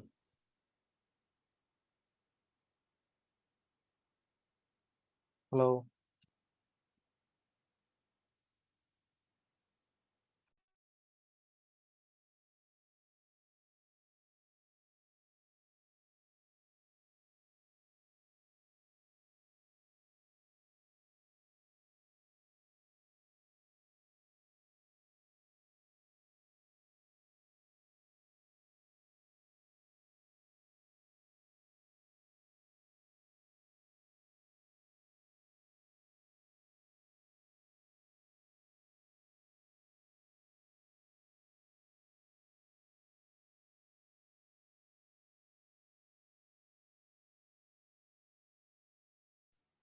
সরি ভাইয়া, এটা কোন একটা কারণে ডিসকানেক্ট হয়ে গেছিল আবার। হ্যাঁ, এখন দেখতেছো? হ্যাঁ হ্যাঁ, আর্চ নাইলে হ্যাঁ হ্যাঁ, ফেডোরায় আসেন, কি করেন উবুন্টু দিয়ে? না ওই ফেডোরা রিলেটেড ইস্যু না, উবুন্টুর কোনো ইস্যু না, এটা জুমের ক্লায়েন্টের অ্যাপের ইস্যু। হ্যাঁ বলো, তোমার প্রবলেম বলো, প্রিন্টিং আচ্ছা, সামটাইমস কি প্রবলেম? মানে জিজ্ঞেস করতে চাচ্ছিলাম যে এখানে কি মানে কাউন্টার বসায় করব নাকি, আর ওই কাউন্টারের যদি মড 100 দিয়ে মড করলে যদি 1 আসে তখন সেটাকে প্রিন্ট করব এরকম করে? রাইট, মানে তুমি হচ্ছে কাউন্ট করতে থাকবা, আর যদি দেখো যে হ্যাঁ তোমার মড ভ্যালু যদি 100 দিয়ে মড করবা হ্যাঁ, তখন যদি 1 প্রতিবার, আসে and যদি তখন। সেটা 1 আসে তখন তুমি ওটা প্রিন্ট করবে। রাইট, তখন প্রিন্ট আচ্ছা করো, আদারওয়াইজ প্রিন্ট করবা না, আচ্ছা। এটাই প্রবলেম। ওকে, আর কোনো কোয়েশ্চেন কারো? দেখি ওদের কোনো আপডেট বের হয়েছে কিনা, আপডেট বের হলে মেবি এই জিনিসটা ফিক্স হওয়ার কথা। প্রচুর বাগ, মানে ওদের এই উবুন্টুর ভার্সনটাতে হাজার হাজার বাগ। এই যে আমি যদি এখন ডিফারেন্ট কিছু, এই যে স্ক্রিন, সবাই কি আমার কথা শুনতে পাচ্ছেন এখন হ্যাঁ ভাই। ক্লিয়ারলি? আচ্ছা, হ্যাঁ, একদম দেখা ক্লিয়ার। যাবে আমি আবার স্ক্রিন শেয়ার করব কয়েকবার, আবার অফ করব, আমার ভয়েস শোনা যাবে না, এটা একটা কমন বাগ ওদের। দেখি এটা আপনি আপডেটটা যদি থাকে আ- আমি আপনি কি কোন প্যাকেজ ব্যবহার করেন সেটা কি জানেন? মানে ফ্ল্যাট প্যাক না স্ন্যাপ নাকি অন্য কিছু? কোন প্যাকেজ বলতে? আহ মানে একই ও আচ্ছা, না জিনিসের তো স্ন্যাপ না, কয়েকটা। স্ন্যাপ দিয়ে, হ্যাঁ হ্যাঁ হ্যাঁ হ্যাঁ হ্যাঁ, না স্ন্যাপ টুলটা আমি মানে এটা স্ন্যাপ স্ন্যাপ থেকে নেয়া না আর কি, যতটুকু আমি জানি। সো কি স্ন্যাপ মানে এখানে কি কোনো ডিফারেন্স ক্রিয়েট হইতে পারে হ্যাঁ হ্যাঁ, তোমার? ভার্সন অনুযায়ী ওইখানে ডিফারেন্স ক্রিয়েট হতে পারে। যেমন আচ্ছা আচ্ছা আর্চের আচ্ছা। ক্ষেত্রে স্ন্যাপ ভালো কাজ করে, অথবা আপনার ক্ষেত্রে হয়তো আপনার অফিসিয়াল রিপোজিটরিতে যা থাকবে সেটা, অথবা ওই ফ্ল্যাট প্যাক ভালো কাজ হুম হুম। করতে পারে। ফ্ল্যাট হাব থেকে যদি কিছু নামান। আচ্ছা আচ্ছা আচ্ছা আচ্ছা আচ্ছা আচ্ছা বুঝতে পারছি বুঝতে পারছি। ওকে, তাহলে আমি এটা একবার ট্রাই করে দেখবো। না আমার এটা এই ক্লায়েন্ট অ্যাপটা অনেক আগে ইনস্টল করা আর কি, এর আপডেট আমি চেকও করি নাই, তো একটু দেখা লাগবে। কারণ এত বাগ থাকলে মানে আমি জানি না এটা রেগুলার মানুষ কিভাবে চালাইতেছে। আর মানে আমার উইন্ডোজে আমার মনিটর রিলেটেড কিছু ইস্যু আছে, সো ওটা আমি চালাইতে পারতেছি না কোন একটা কারণে। তো ওইটা ঠিক হইলে তারপরে আমি আবার মেবি ডেস্কটপে ব্যাক করবো, বাট মেবি ডেস্কটপে আমার কারেন্ট ডেস্কটপে আর ব্যাকই করা হবে না কখনোই, কারণ সামনে আমি আর বেশি দিন নাই আমার ফ্লাইট, সো সেখানে যাওয়ার পর আম, আমার এই ল্যাপটপে ক্লাস নেওয়া লাগবে অনেকদিন, তারপরে ডেস্কটপ নিজে নিয়ে তারপরে হয়তো বা সেটাতে ক্লাস নিব, সো টাইম লাগবে একটু। হয়তো বা আপনারা পাবেন না, নেক্সট কোনো ব্যাচ মেবি পাবে। ওকে, ঠিক আছে, তাহলে আজকে ক্লাস শেষ করতেছি। কারো কোশ্চেন না থাকলে নেক্সট ক্লাসে আবার সবার সাথে কথাবার্তা হবে। আর এর মাঝখানে জাস্ট একটাই কাজ আপনাদের, এই কন্টেস্টের প্রবলেমগুলো সলভ করা। নতুন কিছু আপাতত দিব না, এটাতে আপনাদের পার্টিসিপেশন বাড়লে তারপরে আমি নতুন কিছুতে আসবো, আদারওয়াইজ এখন নতুন কিছু দেওয়াটা কিছুটা লস। ঠিক আছে ভাই।